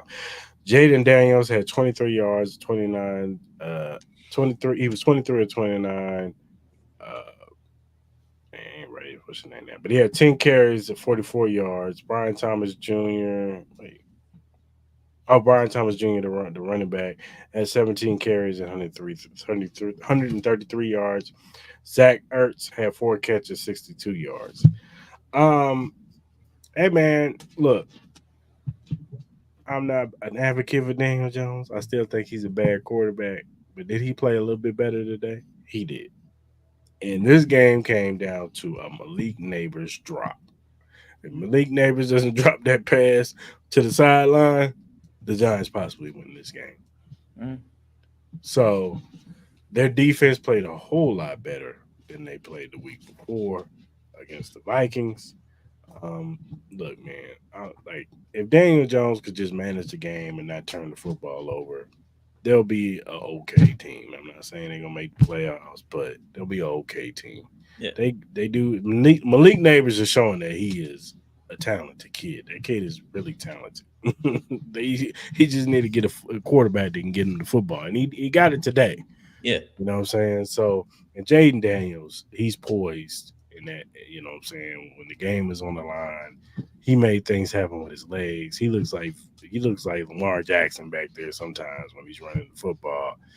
Uh, but he could throw it too. He can sling the football around the field too. So shout out to Jaden Daniels for getting that W, man. They end up winning that game with the field goal. But yeah, man, the Giants, Devin Singletary, he did fumble the football on a crucial play. But other than that, man, if Malik Neighbors doesn't drop that pass, the Giants might be walking away with a W. That's what I took away from this game. no, I agree with you. I took the same sentiment away. Like for the great game that Malik Neighbors had, that was a huge drop, man. It was a really huge drop. They should have won this game. Look, man. I think with the Giants right now, they need to look at this as like a small window because of the sense of it seems like maybe this can build a little bit more confidence into Daniel Jones and he can play a little bit more consistency. Like, look, I know how shitty he's been playing for the last 2 years, year and a half, I would say, but he did have that one year where he looked really good and he got them He to the did. playoffs. So if they can find a way to get his confidence back to that level, This team, not saying they'll make the playoffs, but I could see them being like a 4 or 5 win team. You know what I mean? Especially if they can get that defensive. I'm still waiting on that defensive line to show us something. You know what I Yeah, mean? Some kind of dominance that we were expecting from Brian Burns, Dexter Lawrence, and all those guys. We have not even seen that yet. And if they can get that going, I think that could help out with the cornerback situation. I know the cornerbacks is a little on the rugged edge side of things. Like they're not the best, but they're not the worst. But mhm. if they can get their defensive line going, get some. I think Devin Singletary is a really good running back. Number one, he can get you yards. I think the key is finding that confidence in Daniel Jones, just building his confidence back up because he's going to be your quarterback at least for this year.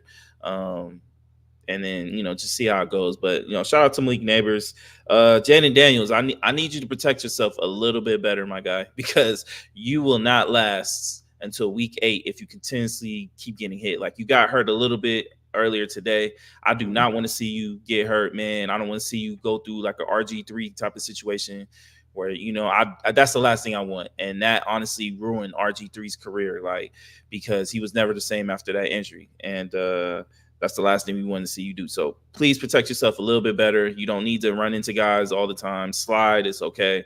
Um, play for the long game, not the short. So that's one thing I would have to say if I had to criticize anything about the Commanders. But great win. Brian Robinson looked great. Really good win. So congratulations on their first win. Yeah, for sure. Chargers end up beating the Panthers 26-3.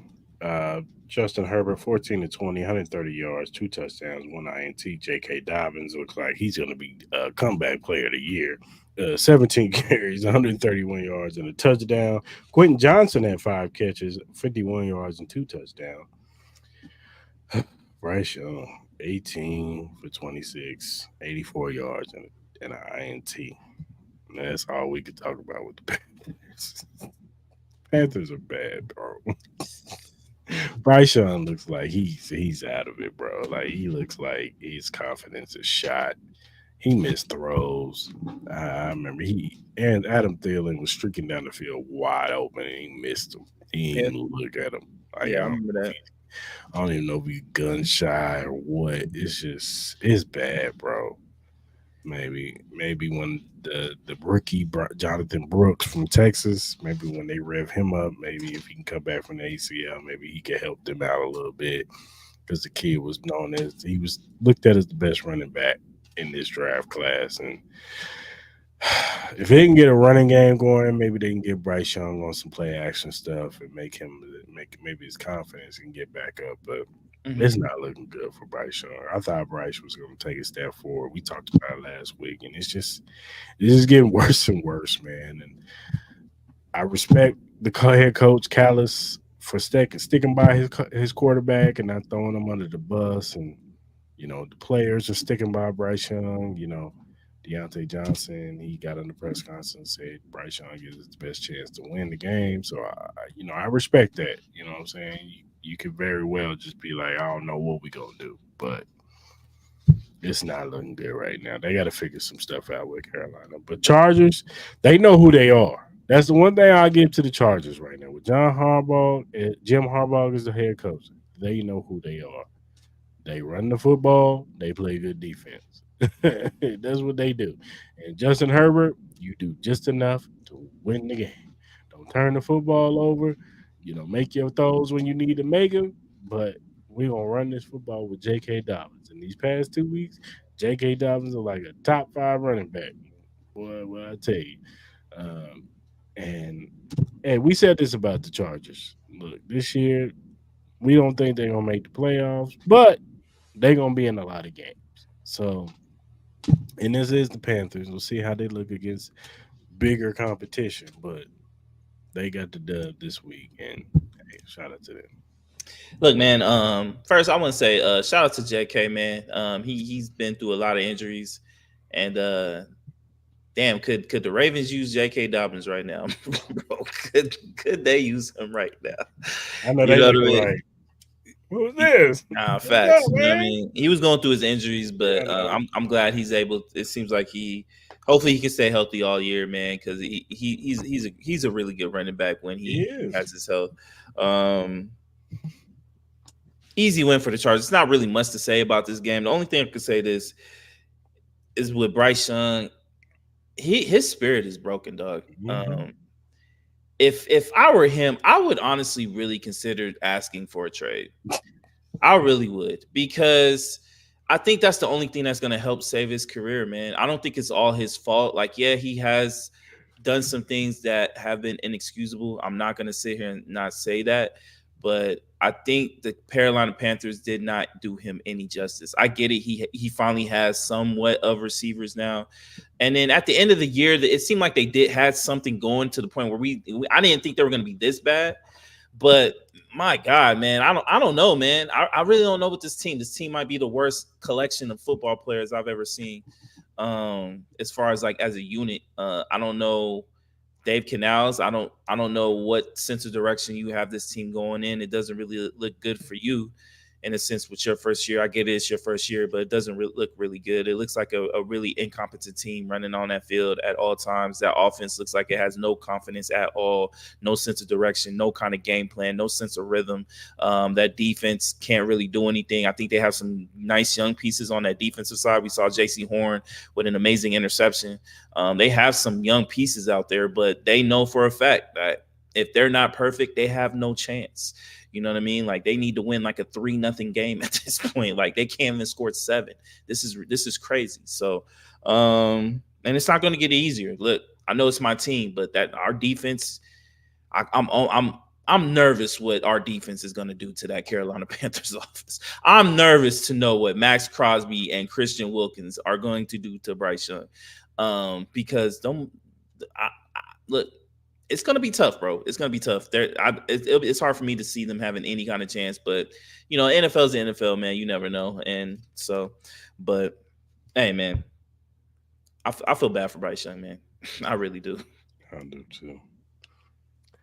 The Browns beat the Jags 18-13. Hmm. Deshaun Watson was 22 of 34, 106 yards. Jerome, he had a run touchdown too. Jerome Ford was 7 carries, 64 yards. Jerry Judy had 5 catches, 63 yards. Trevor Lawrence was 14 to 36, 220 yards. Travis Etienne had 13 carries, 52 yards, and a touchdown. Brian Thomas Jr. had 2 catches, 94 yards. Um, Look, man, we say we talk about Trevor Lawrence, but he got to win games like this, man. Yeah. You got that big money now. You got to win games like this, and you didn't look too good today. I think he had like what 30 some yards in the first half. Like that's unacceptable for the hype and the clout that you get. That's unacceptable. Hmm. Now you look like you got a little connection with Brian Thomas Jr. He looks like he's going to be a really good player.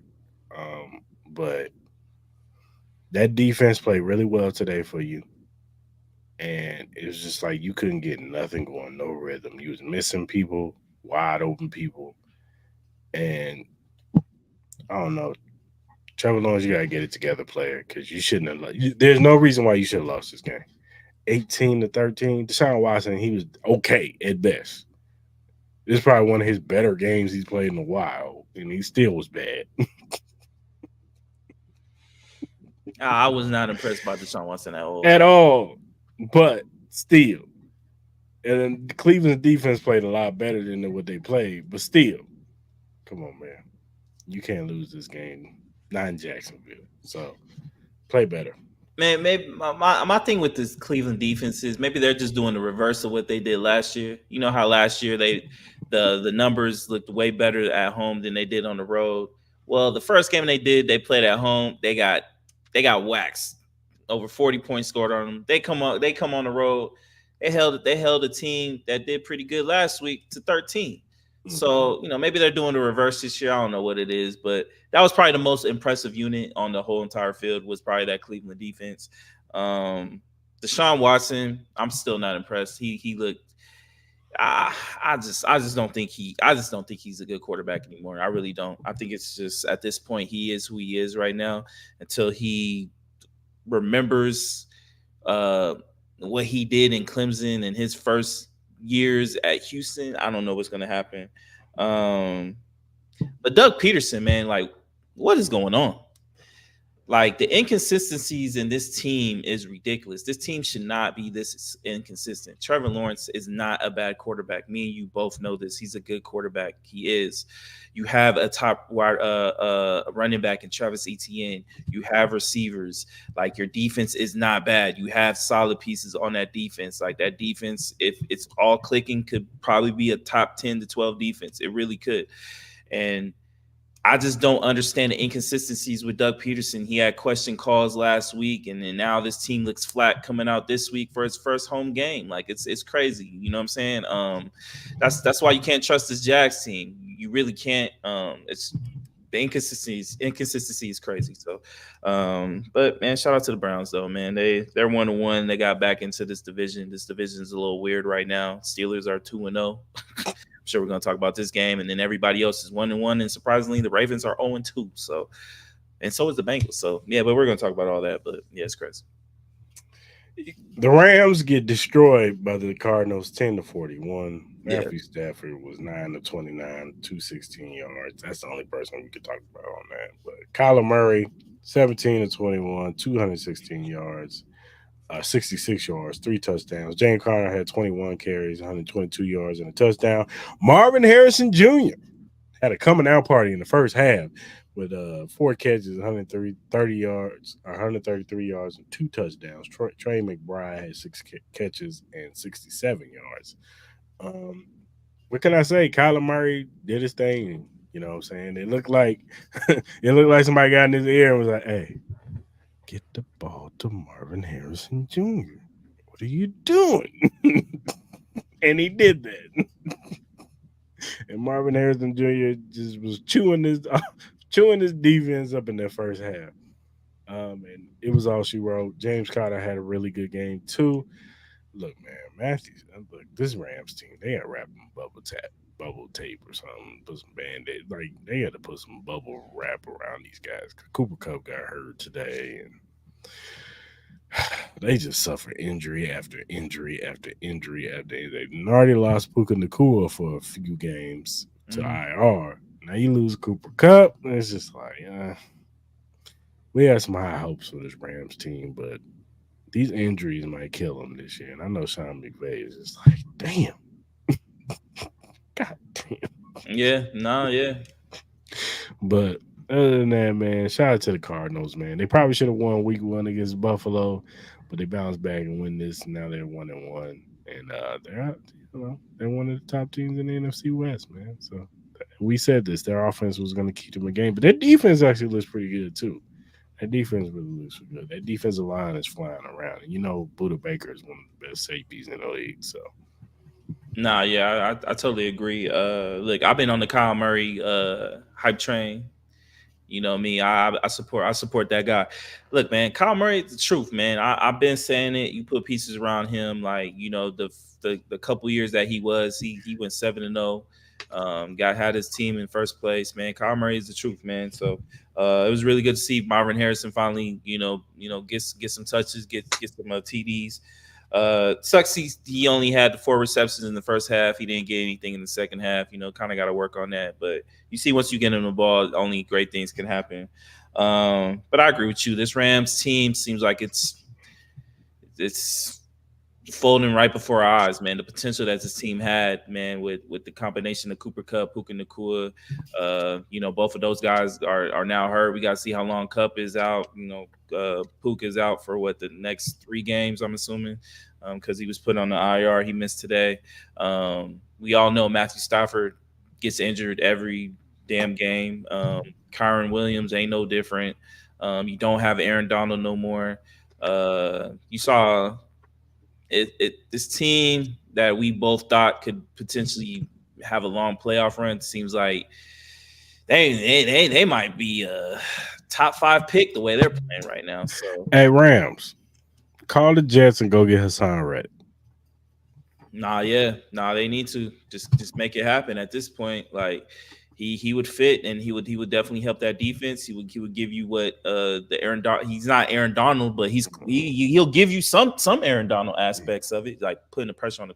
I agree with that. That's a great idea, man. Because at this point, the Jets fumbled the Hassan Reddick thing because the Jets need Hassan Reddick too. They They do. do. At this point, I don't understand why they don't get the deal done because at this point they need Hassan Reddick because you lost Huff and you try to replace him with Hassan Reddick and then for some reason you guys don't want to sign him. This is supposed to be your all in season with Aaron Rodgers. So why are y'all not acting all in?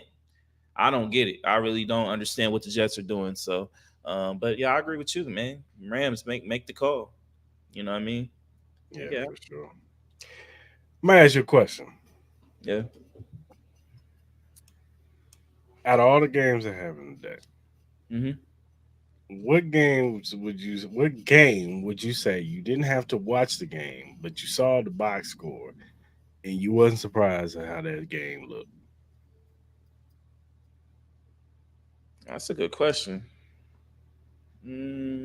Mm, let's see. If I had to choose one game, probably the Steelers. Bing, bing, bing, bing, bing, Probably the Steelers game. bing, bing. The Steelers beat the Broncos 13-6. Justin Fields was 13 to 20, 117 yards and a touchdown. Najee Harris had 17 carries, 69 yards. TJ Watt had a sack. Alex Smith had a sack. Bo Nix was 20 of 35, 246 yards and two INTs. Josh Reynolds had four catches and 79, was it 93 or 73 yards? Whatever. It don't matter. This game went about as what I thought it was gonna go. Yeah, Low scoring, and the Steelers was gonna win because of their defense. yeah. Because Bo Nix is not good. Neither At is the Sean end of Payton. the When we gonna start day. talking about Sean Payton? Oh, I Where's the bet. offensive Look, genius? look. You can look up various episodes of my Chiefs podcast, and I'll tell you, Sean Payton comes up a few times of how overrated he is. Yeah, in this podcast, I probably said he's overrated. No, yeah, yeah, you have, but we need to bring it up again. This is the same coach that said he outsmarted all these teams to get Bo Nix. Oh my god, Where's the offensive genius at? They can't even score 7 points. What's up? Like, this team sucks, man. Look, and the Steelers ain't no damn better on offense. They're fucking horrible too. nah, yeah. Like, Their defense is one of the best. And TJ and I'm still TJ Watt sacked Bo Nix without sacking Bo Nix. I'm gonna say it again. TJ Watt sacked Bo Nix without sacking Bo Nix. He hit him, fell, and Bo Nix fell on his own. hey man, Bo Nix is not good, bro. He's not good. Ooh. They have no offensive talent on that team. Like Javonte Williams ain't really the same self ever since that bad knee injury he had. Um, Cortland Sutton, like they even played today. I don't know. I don't know. You couldn't really tell if he did or not. You know what? Like the Denver defense played well. I guess you know what I mean. If you want to say that, but yeah, Justin Jefferson is Justin. I'm not Justin Jefferson, but Justin Fields is Justin Fields, bro. Like he's not. He'll give you some explosiveness, but the inconsistencies with him it's whatever. I wouldn't be surprised if they try to see what Russell Wilson can do, just see if they can get this offense to be a little bit more explosive. Because honestly, that's all they really need for them to be real title contenders. They just need some consistency on the offensive side because this defense is a Super Bowl contending defense. Yeah, yeah, it is. It's just they can't get since Big Ben has left the building. They cannot get consistency at the quarterback position. So I don't know what it is. Us and the Steelers are in the same position, so I'm really curious to see how that game goes in a couple weeks when the Raiders play the Steelers out here in Vegas. I'm really curious to see how that goes. Yeah, for sure. That's gonna be a low scoring game. Yeah, it is. All right, man. I'm gonna need you to take a step back for a little bit. Oh, my. Oh, hey, go ahead, go for it, bro. Go for it. Let me handle this game for a little bit, man. Bengals lose to the Chiefs 25-26. Joe Burrows, which he looked amazing. I cannot give no qualms to Joe Burrow. He looked like Joe Burrows. 23 and 36, 258, two touchdowns. Mike Gesicki was 7 catches for 91 yards. Jermaine Burton had a catch, 47 yards. Jamar Chase was 4 catches, 35 yards. Patrick Mahomes, 18 to 25, 151 yards, two touchdowns, two INTs. Isaiah Pacheco, 19 carries, 90 yards. Rasheed Rice had 5 catches, 75 yards, and a touchdown. Chris Jones, George Kaloptis, Turk Warden had a sack and a half, and Shamar Carney had a sack. Look, man, I ain't gonna hold you. The Bengals should have won this game. They should have. Yeah, they should have. They should have got us. I don't know what it is about my damn Chiefs when we play goddamn Bengals, man. We do weird shit. Turn the fucking football over. Can't cover players that we ain't never heard of before in their damn life. Who the fuck is Drew Sample? Some wide receiver that was catching touchdowns. I ain't never heard this nigga in a day of my life. It wasn't even Jamar Chase that was killing us. They running game was pretty much non-existent today. Mm-hmm. But they tight ends was kicking our ass. That middle of the field was wide open. Nick Bolton, Drew Tranquil, Justin Reed. I don't know what the hell y'all was doing today. Y'all was pissing me off today. And then Patrick Mahomes. God damn it. That interception you threw over the middle of the field to Travis Kelsey, that was just bad. And Pacheco was wide open in the flats, brother. Even to the interception you threw to freaking trying to get the ball to Xavier Worthy. What were you doing, man? Cam Britt was all over him. And even though you got Cam Britt earlier with Rasheed Rice, you can't keep dipping in the well, brother.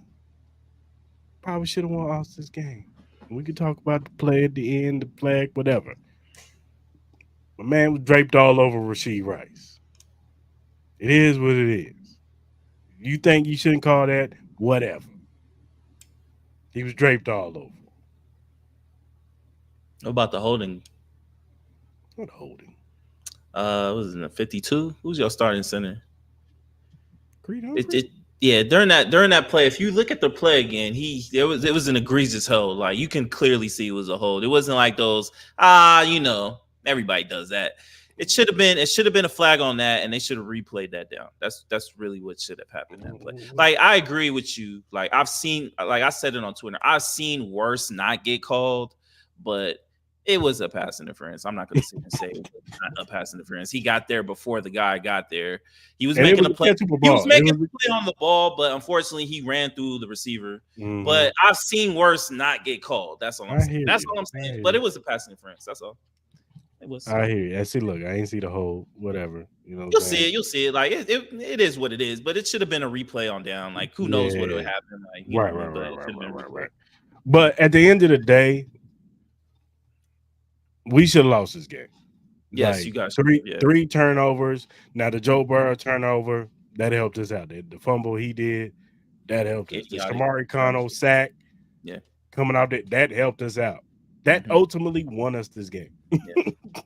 Yeah, no, it did. That fumble that Joe Burrow had killed it because low key, they had all the momentum Yeah, going into they that did, drive. bro. They really Like did. and Andy Reid. Oh my God, he pisses me off. Sometimes I love Andy, but he pisses me off sometimes, man. Dog is 4th and 1 at the one. Just fucking go for it, dog. Yeah, You know what this team represents when they play us, dog. They get up for us. They yeah, just do. yeah. I don't care what anybody say. The Bengals get up for they know we playing the Chiefs. We gotta get up. And they Mm-hmm. after what they did the week before, see, in the back of my head, I knew this game was gonna go this way. Because I know when we play the Bengals, we just do weird shit. I don't know what it is. I don't know if you have a team and when y'all Raiders play them, y'all just do weird shit. Yeah. No, Turn the no. fucking football over. uncharacteristic shit. It's just like, what are you doing, Pat? That pick he threw across the middle, I was so mad. I was like, what are you doing, man? You just staring right at Travis Kelsey, the Yeah. linebacker right there. Yeah. Isaiah Pacheco is wide open in the flats. Mm-hmm. Mm-hmm. Then we get a little momentum. Carson Steele, and look, he had a pretty decent game, but he fumbled the football. I'm like, Yeah. damn it. I was like, Jesus. And it's just like, y'all got to find, like, if the Chiefs going to continue to win games, they got to find ways to get the ball to other players. You know what I'm saying? Like, Rasheed Rice is going to do what he do. And that's cool. He's becoming the number one option right now. Like, we're seeing the change in the guard from Travis Kelsey being the number one option to, and they double teamed him, trying to take him out because they know what him and Patrick Mahomes represent when they get to Mm-hmm. click. So they're like, we'll live with Rasheed Rice killing us. We'll live with if Xavier Worthy gets a catch or Justin Watson or Pacheco. But Andy got to find a way to get Xavier Worthy more involved into the game. I don't care what he does. I don't care if he got to do a fucking drag routes. I don't care if he got to do some crossing routes. I don't care. But you got to figure out to get him not just end the rounds. Like those are cool, and he got 5 yards a clip off of those. But you got to get him involved in the passing game too.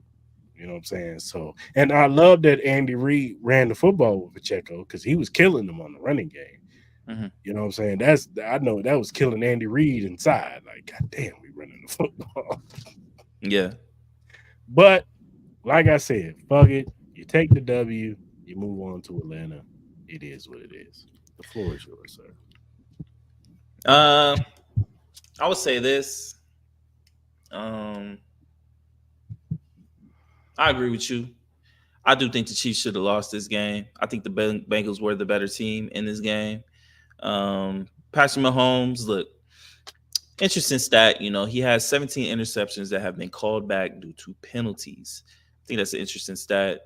Um, he does this every now and then where he just does like weird throws and shit where it's just like I don't know. It's like he goes back into that what we used to see when he was at Texas Tech. You know what I mean? Like them kind of throws. Yeah. And I think these injuries are starting to affect you guys a little bit. Obviously Pacheco, that ankle injury. We'll see That how that goes. we gotta see how that goes with the ankle injury. Obviously, you got the news with Marquise Brown being out for the whole season. Looks like maybe even the playoffs, depending on how far you guys go. He might be ready for maybe like a kind of like maybe like a divisional or maybe conference championship game or something like that. But we'll see. Travis Kelsey still looks old to me. I don't see anything special with him. Maybe, as I said, we kind of said it. I've said it before that, maybe they're just saving him, but he still doesn't look as explosive as he used to. The offensive line, I think, has some problems. You know what I mean? I think. Oh, Kingsley, our rookie, was getting ate up by Trey Henderson, and Yeah. look, Trey Henderson is one of the better pass rushers. I think he's very underrated. No, absolutely, but Kingsley was getting ate up, and I just felt like Andy Reid wasn't doing them no favor. Now Kingsley does need to learn how to play with a chip because that was the thing. He wasn't. He don't learn how to like anticipate with a chip, somebody chipping for him. right. But they had to pull him out the game at the end because Trey was just killing him. Yeah, no, like, and who knows, if he's gonna be able to progress. I'm not gonna outrule that, but there's gonna be harder defensive lines that are gonna come your way. Another thing is, I think the middle linebackers they really have a hard time with tight ends and also running quarterbacks. I think they really struggle. Like Joe Burrow had some, like, you guys, but he's not the quickest. But we kind of saw that with Lamar Jackson. I think you're gonna have some issues with that. So it's interesting. Like, it's still early in the season. You guys got the win, so you guys are 2-0, but it's a lot. There's more questions that people need to start asking about the Chiefs, man. This ain't gonna be sugar coats and roses. This ain't gonna be easy. Like a lot of people think this is gonna be an easy road for the Chiefs and all that. It's not. It's to me, they got a lot of questions that need to be answered with this team. Now, they had the same last year, and we all kind of saw what happened. They got hot at the right time. Can they do it again? Because it seemed like it's going to be another scenario with this. And then also they got to stay healthy. Like you already got Pacheco with an ankle injury. We all know how ankle injuries are as they progress during the season. They're never going to be 100%. They're always going Mhm. to, depending on how, what severity of the ankle injury. Is it a high ankle sprain?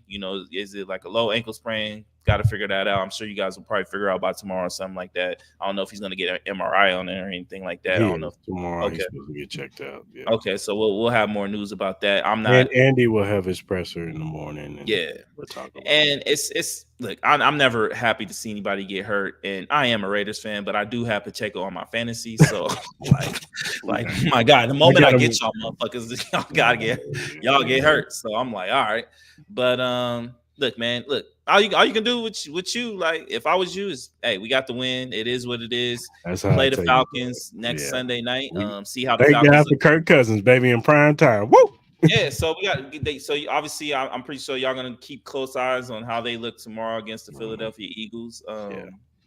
See if they can get Kyle Pitts going, because I think Kyle Pitts could be a key to them winning that game next week. You got Bijan Robinson who I'm can get scared on of the him too. outside.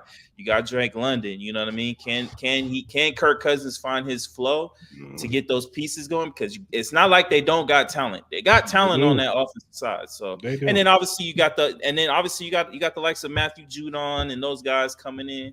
See how that offensive line holds up Hey, with that. So, go ahead and just put in for anytime interception from Patrick Mahomes because Justin Simmons he gets an interception on Patrick yeah, Mahomes every and time he then this plays. is this will be y'all first road game. So we got to see how y'all do on the road this year. Right, So see how it goes. right. Hopefully, Andy gets in their ass this week. Hey man, y'all gotta clean this shit up. Mhm. Yeah, y'all gotta clean this shit up, and hopefully we figure out ways to just we gotta get Travis Kelsey involved early, man. I know they teams are double teaming him and taking him away and shit, but they gotta figure out ways to get him going early. Shit, even on the touchdown pass, we threw a touchdown pass to the offensive lineman. Fucking Travis Kelsey wide open in the back of the fucking end zone. I wish they would have cut the camera. So I remember there was a play where Travis Kelsey he got a big catch, but then they called it back due to a holding. And then before they called the holding, they showed Taylor Swift in the suite celebrating his catch. I wanted them to go back to the suite after she found out of the holding penalty. That I wanted to see that. Go back.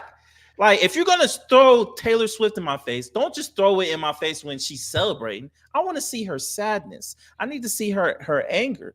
Like, I want to see her like, oh, my poor baby, he didn't really get that type shit. I need to see that. Like, give us the full Taylor experience. I want to see it all. Don't Yeah, you're gonna throw it in my face when she just celebrates. I want to see when she's in anger too. Or he's stupid. He's stupid. All right, man. Uh, the Bears end up losing to the Houston Texans 13-19. mm-hmm. Caleb Williams was 23 of 37, 174 yards, two INTs. Caleb, he also had 44 yards on the ground. DJ Moore had six catches, 53 yards. On the other side, CJ Stroud was 23 of 36, 260, a touchdown. Cam Akers had 32 yards. Joe Mixon had 25 yards on the ground. I know Joe had got hurt in the middle of the game, but he came back. Nico Collins was amazing in this game. Mm-hmm. He Eight was. catches, 135 yards, and a touchdown. Stephon Diggs had four catches, 37 yards. This game was a defensive game, and shout out to the Bears defense. They played really good in this game, but Mm-hmm. so did the Houston Texans defense. This was the battle of the defensive line, and whoever made the more mistakes was gonna lose this game, and that ended up being the Bears. Caleb Williams made some bad throws to get picked off, especially that one where what's your name was wide open, but he just didn't put enough arm into it, Yeah. and the DB just jumped up and picked it off. But do I think Caleb Williams needs to learn how to take what the defense gives him, and that's going to come with time. Um, when you have these quarterbacks who know they're very talented and they can do certain things with arm angles and running out of the run one way, go to the other way, throw across their body. Like we've seen it with Mahomes, we've seen it with other players. We used to see it with Rodgers too. Um, when you got players like this, they're gonna think they can make every play on the field. But once they learn that, especially when they're young, that in the NFL, these guys are fast, man. And just because you think you can get that ball there, they can get there just as fast. I Yeah, think Caleb Williams is learning that, but I think his offensive line, I think play calling is kind of too. Uh, there's never no like running back in the flats. It's always everything is straight downfield. Look downfield. Look downfield. The running game never really got going for him. Um, and they just everything was just like I said, just deep throws. It was nothing like short, like oh get to Cole Komet in the flats, or get a screen game going with DJ Moore, or you know even Rome, get him in the middle of the field. It was just like everybody do a deep route, and it was just like, and then CJ Stroud did enough to win that game. Nico, like I said, Nico Collins was amazing. Nobody could guard him. He looks like he's top three wide receiver in this league. Like yeah. Nico was balling first two games. So uh they end up getting the win, the Texans. But they do need to clean up some things on their offensive end, because there were some they left some plays on that field that they probably should have had. This should have been probably a way more of a blowout than it looked. So but shout out to CJ Stroud and the Texans and Caleb Williams. I think the thing with them is they gotta get that continuity with his receivers. Him and DJ Moore was just not on point today. Like DJ seemed like he was running a route. It's like hit me with that back shoulder, man. Like so I can come back and get it. And then Caleb would sell it over his head. It was just Yeah. like they just got to get that continuity. They didn't have Keenan Allen either. I think Keenan Allen probably would have helped them out a little bit more too over the middle of the field. But I'm not gonna sell the stock on Caleb Williams. He's gonna have to go through his growing pains, but we'll see. I think. Look, I know Caleb Williams didn't have the numbers that a lot of people would like to see, but look, this is only a second game. I think you did see progression though from what he looked like first week to Yeah, second week. He was getting the ball out a lot faster. If you didn't watch the broadcast, Chris Conlon kind of like talking about it a little bit. He was trying to run the offense. He wasn't just. It didn't look like he was just kind of free willing it. You know what I mean? So he'll definitely get better. Obviously, Keenan Allen not being there, that's really a key cog that could have helped him out a lot. But I think they'll be fine. This defense is really great. You know what I mean? So I wouldn't be surprised if this offense can start clicking once everybody starts getting healthy. A little bit towards the middle part of the season. I think it will help a lot. Texans are the Texans, bro. It would have been hard for them to win, even if they were clicking to win this game. I think the Texans are a really good team. Nico Collins, as you said, he's a monster. Stephon Diggs, he had a couple big catches. Tank Dell missed a big catch that I think would have been a touchdown if he didn't drop that one. So the lead could have been even a little bit higher. CJ Stroud looks like the truth. Like I've been telling everybody else, like Primo, who's like, I gotta see it, or my uncle, who's like, I need to see it again. Nah, you don't need to see it again. CJ Stroud is the truth, and he's gonna be competing for Super Bowls. So, and the D'Amico Ryans, man, he's an amazing coach. So, and he has his defense rolling. We all know it was only a matter of time for. Will Anderson and Danielle Hunter might be the best pass rushing duo in the league right now. Maybe, I mean, they're definitely. I would still say it's Crosby and Wilkins, but you know what I mean. That's just me, my personal belief. But look, we're getting off track here, man. Like, look, man, D'Amico Ryan, D'Amico Ryan is amazing, right? Is amazing right now, man. This team is going to be really, really good, man. And I think this division is easily theirs. Like the way the rest of their division is looking right now, this is the Texans, and it's not even close. So shout out to the Texans, man, for real. Yeah, for sure. Shout out to the And Texans. shout out to both mamas. I saw both mamas, Caleb Williams' mama and CJ Stroud's mama. So shout out to those two ladies out there too. Yeah, man. The mama I need to tell you about off camera. Can't talk about it on the camera. Who, Jaden Daniels' mama? Mm-hmm. Who's mama? All right, my bad. All right, man. That was week 2, man. We just got one more game tomorrow. I think, yeah. Who you got winning that game? I forgot what we said. I think it said. I got the Eagles at home, but I don't feel confident about it. Especially with the AJ Brown injury. Yeah, so we gotta see. But I'm still taking the Eagles at home. Yeah, I think their defensive line will get to Kirk Cousins and do enough. Mm-hmm. All right, man. Best team and player performance. So I'll go. Best team. A lot of people I think will probably be like, "Oh, it should be the Saints," but God damn it, you know who the fuck I root for? The Raiders winning on the road against Baltimore. A plus. We were they were favored by 8.5 earlier in the week. 9.5. Come on, man. I'm going with my Raiders. Impressive win. Shout out to AP. Great win in Baltimore. Great win in Baltimore. So I'm going with my team. Well, I am going to go with the Saints because you can't deny that win, man. They No, you just can't. look You can't. all three phases. They look good, man. So Yeah, shout they out to did. the Saints. I gotta give it to the Saints. For my best player, I had to give it to Alvin Kamara, man. Like, come on, dog. It's Alvin Kamara. Like, if I had to pick anybody else that can compete with him, I would probably say who was it? I would probably say maybe Marvin Harrison Jr. or neighbors. Maybe even J.K. Dobbins, but it's Alvin Kamara. It's not close.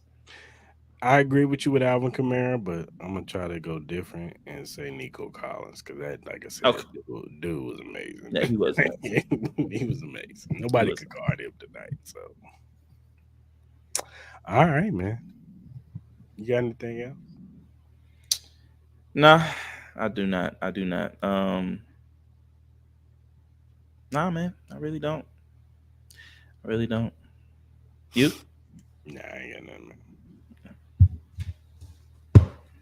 All right, man. So Flowers Week, I hinted at. I got two. I hinted at one earlier. Dana White and the Sphere was amazing. Need to do it again. And then second, I'm gonna go to Frankie Beverly. You know, he passed away. The great singer, man. So I know we didn't say anything about it on the last show, so I'm gonna say it today. Rest in peace to him. And then, man, you know, I'm sure I probably got conceived to one of your songs. I don't know which one, but uh, you know, man, prayers out to you and your family, man. I think he was on tour when he passed away or something. If I could remember, I think he did some shows or something like that. But man, we're losing a lot of greats, man. We are losing a lot of greats, man. So we got to cherish them while we have them here, man. Family members while we have them here. Tell everybody you love them, appreciate them, and prayers up to his family, and may God bless them. For sure, man. My flowers go to my baby girl, my youngest daughter, Stormy. Man, she entered into a contest. I don't talk about my kids like that, but my daughter is really into stage playing. She does Okay, a lot of okay. stage plays in her high school, and she entered into a contest. She wrote a script, and Oh shit. yeah, so she's gonna be going down to Richmond in April. I mean October to do a competition. Um, Hopefully she can win it. But yeah, man, I'm gonna give my flowers to her, man. I'm so proud of her, man. I'm proud of all my kids, but I'm proud of her, man. She's really striving to do this acting thing, not just acting, but she's doing all aspects, theater, from the script writing to stage play to all that stuff. She wants to learn it. She loves it, and I'm just super proud of her. Hey, hey, congratulations to her, man. Rooting for her. Hopefully, she does well in that competition. And Mhm. hey, man, you know, just tell her stay away from Tubi. If they offer her to do a Tubi, don't do that. Don't do it. It's not good for the career. That's funny. That's funny.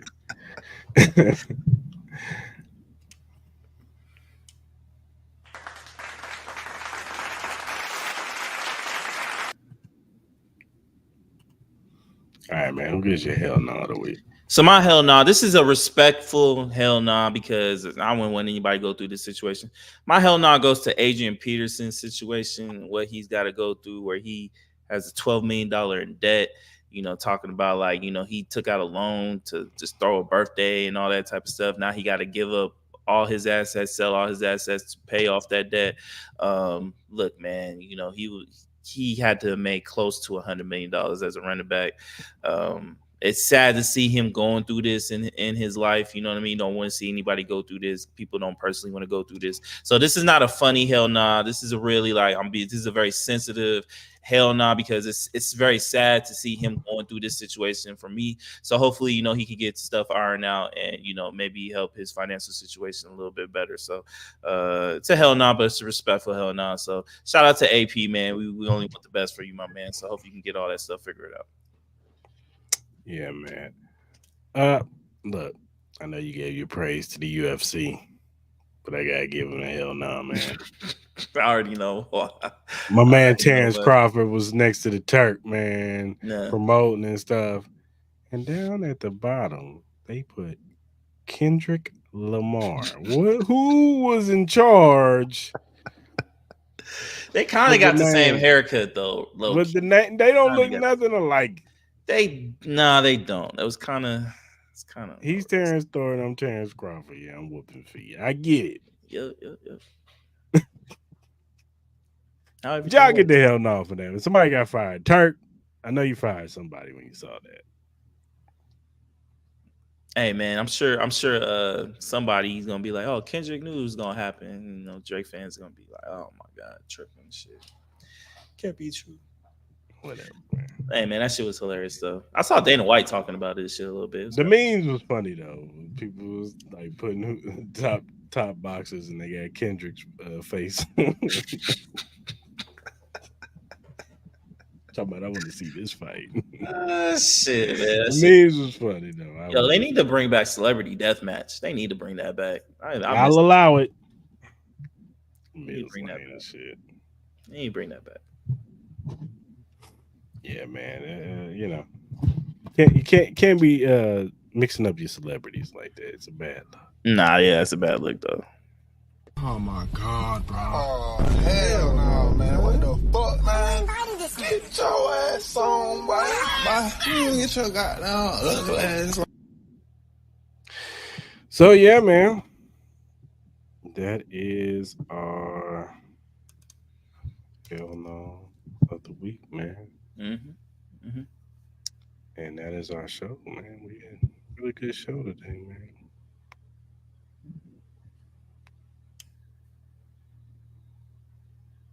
What I'm doing. You know what we got to do? We got to give a shout out to Magnet Sports Drink. Yes, sir. Shout out to Magnet. Introduce yourself to Magnet, the ultimate sports drink. Are you ready to take your performance to the next level? Do you want a sports drink that eliminates the muscle cramps and fatigue when working out and training? Meet Magnet, the sports drink designed for athletes who refuse to settle for mediocrity. I know you're asking why Magnet. It's powerful. It's power packed electrolytes and it rehydrate and restore balance with their scientifically formulated blend with magnesium that fights fatigue and boosts endurance. It has natural ingredients made with real fruit extracts and no artificial colors or flavors because your body deserves the best. It has delicious flavors like mixed fruit and watermelon that can keep you revitalized and ready for action. It will boost your performance with essential vitamins and minerals. Magnet fuels your workouts, helping you crush your goals. Join the Magnet movement, whether you're training, competing, or simply staying active. Magnet is your go-to refreshment for peak performance. You can order it now on our direct link at drinkmagnet.com. Also, you can use the promo code Chris and Mall to get $5 off your purchase. Hashtag get magnet. Push your limits. Fuel your passion. Shout out to Magnet. Yes, sir.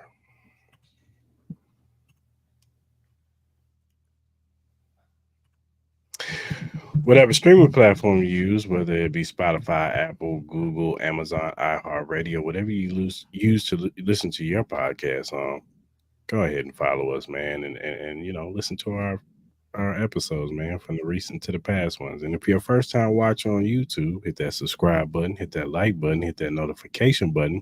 So when we go live on Mondays at 12 p.m. Pacific Standard Time, not this week, but usually 12 Pacific Standard Time on Mondays and Wednesdays at 9 p.m. Pacific Standard Time. You can jump in the lives with us. You can talk about these topics with us, man. You can get on these topics, man. We want to hear from y'all, man. We get y'all opinion on these topics, man. So Mhm. go ahead and subscribe to the channel, and yeah, follow us.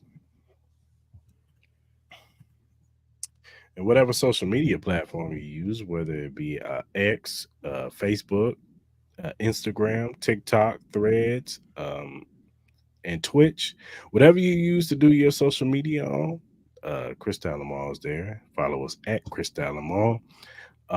If you have a feedback, critique, if you have a topic or a question that you want us to bring up on the show that is sports related, music related, movie related, whatever it is, man, hit us up. We like this question, we like that topic, man. We'll bring it up on the show. We'll even shout you out on the show because we want to show love to those who show love to us.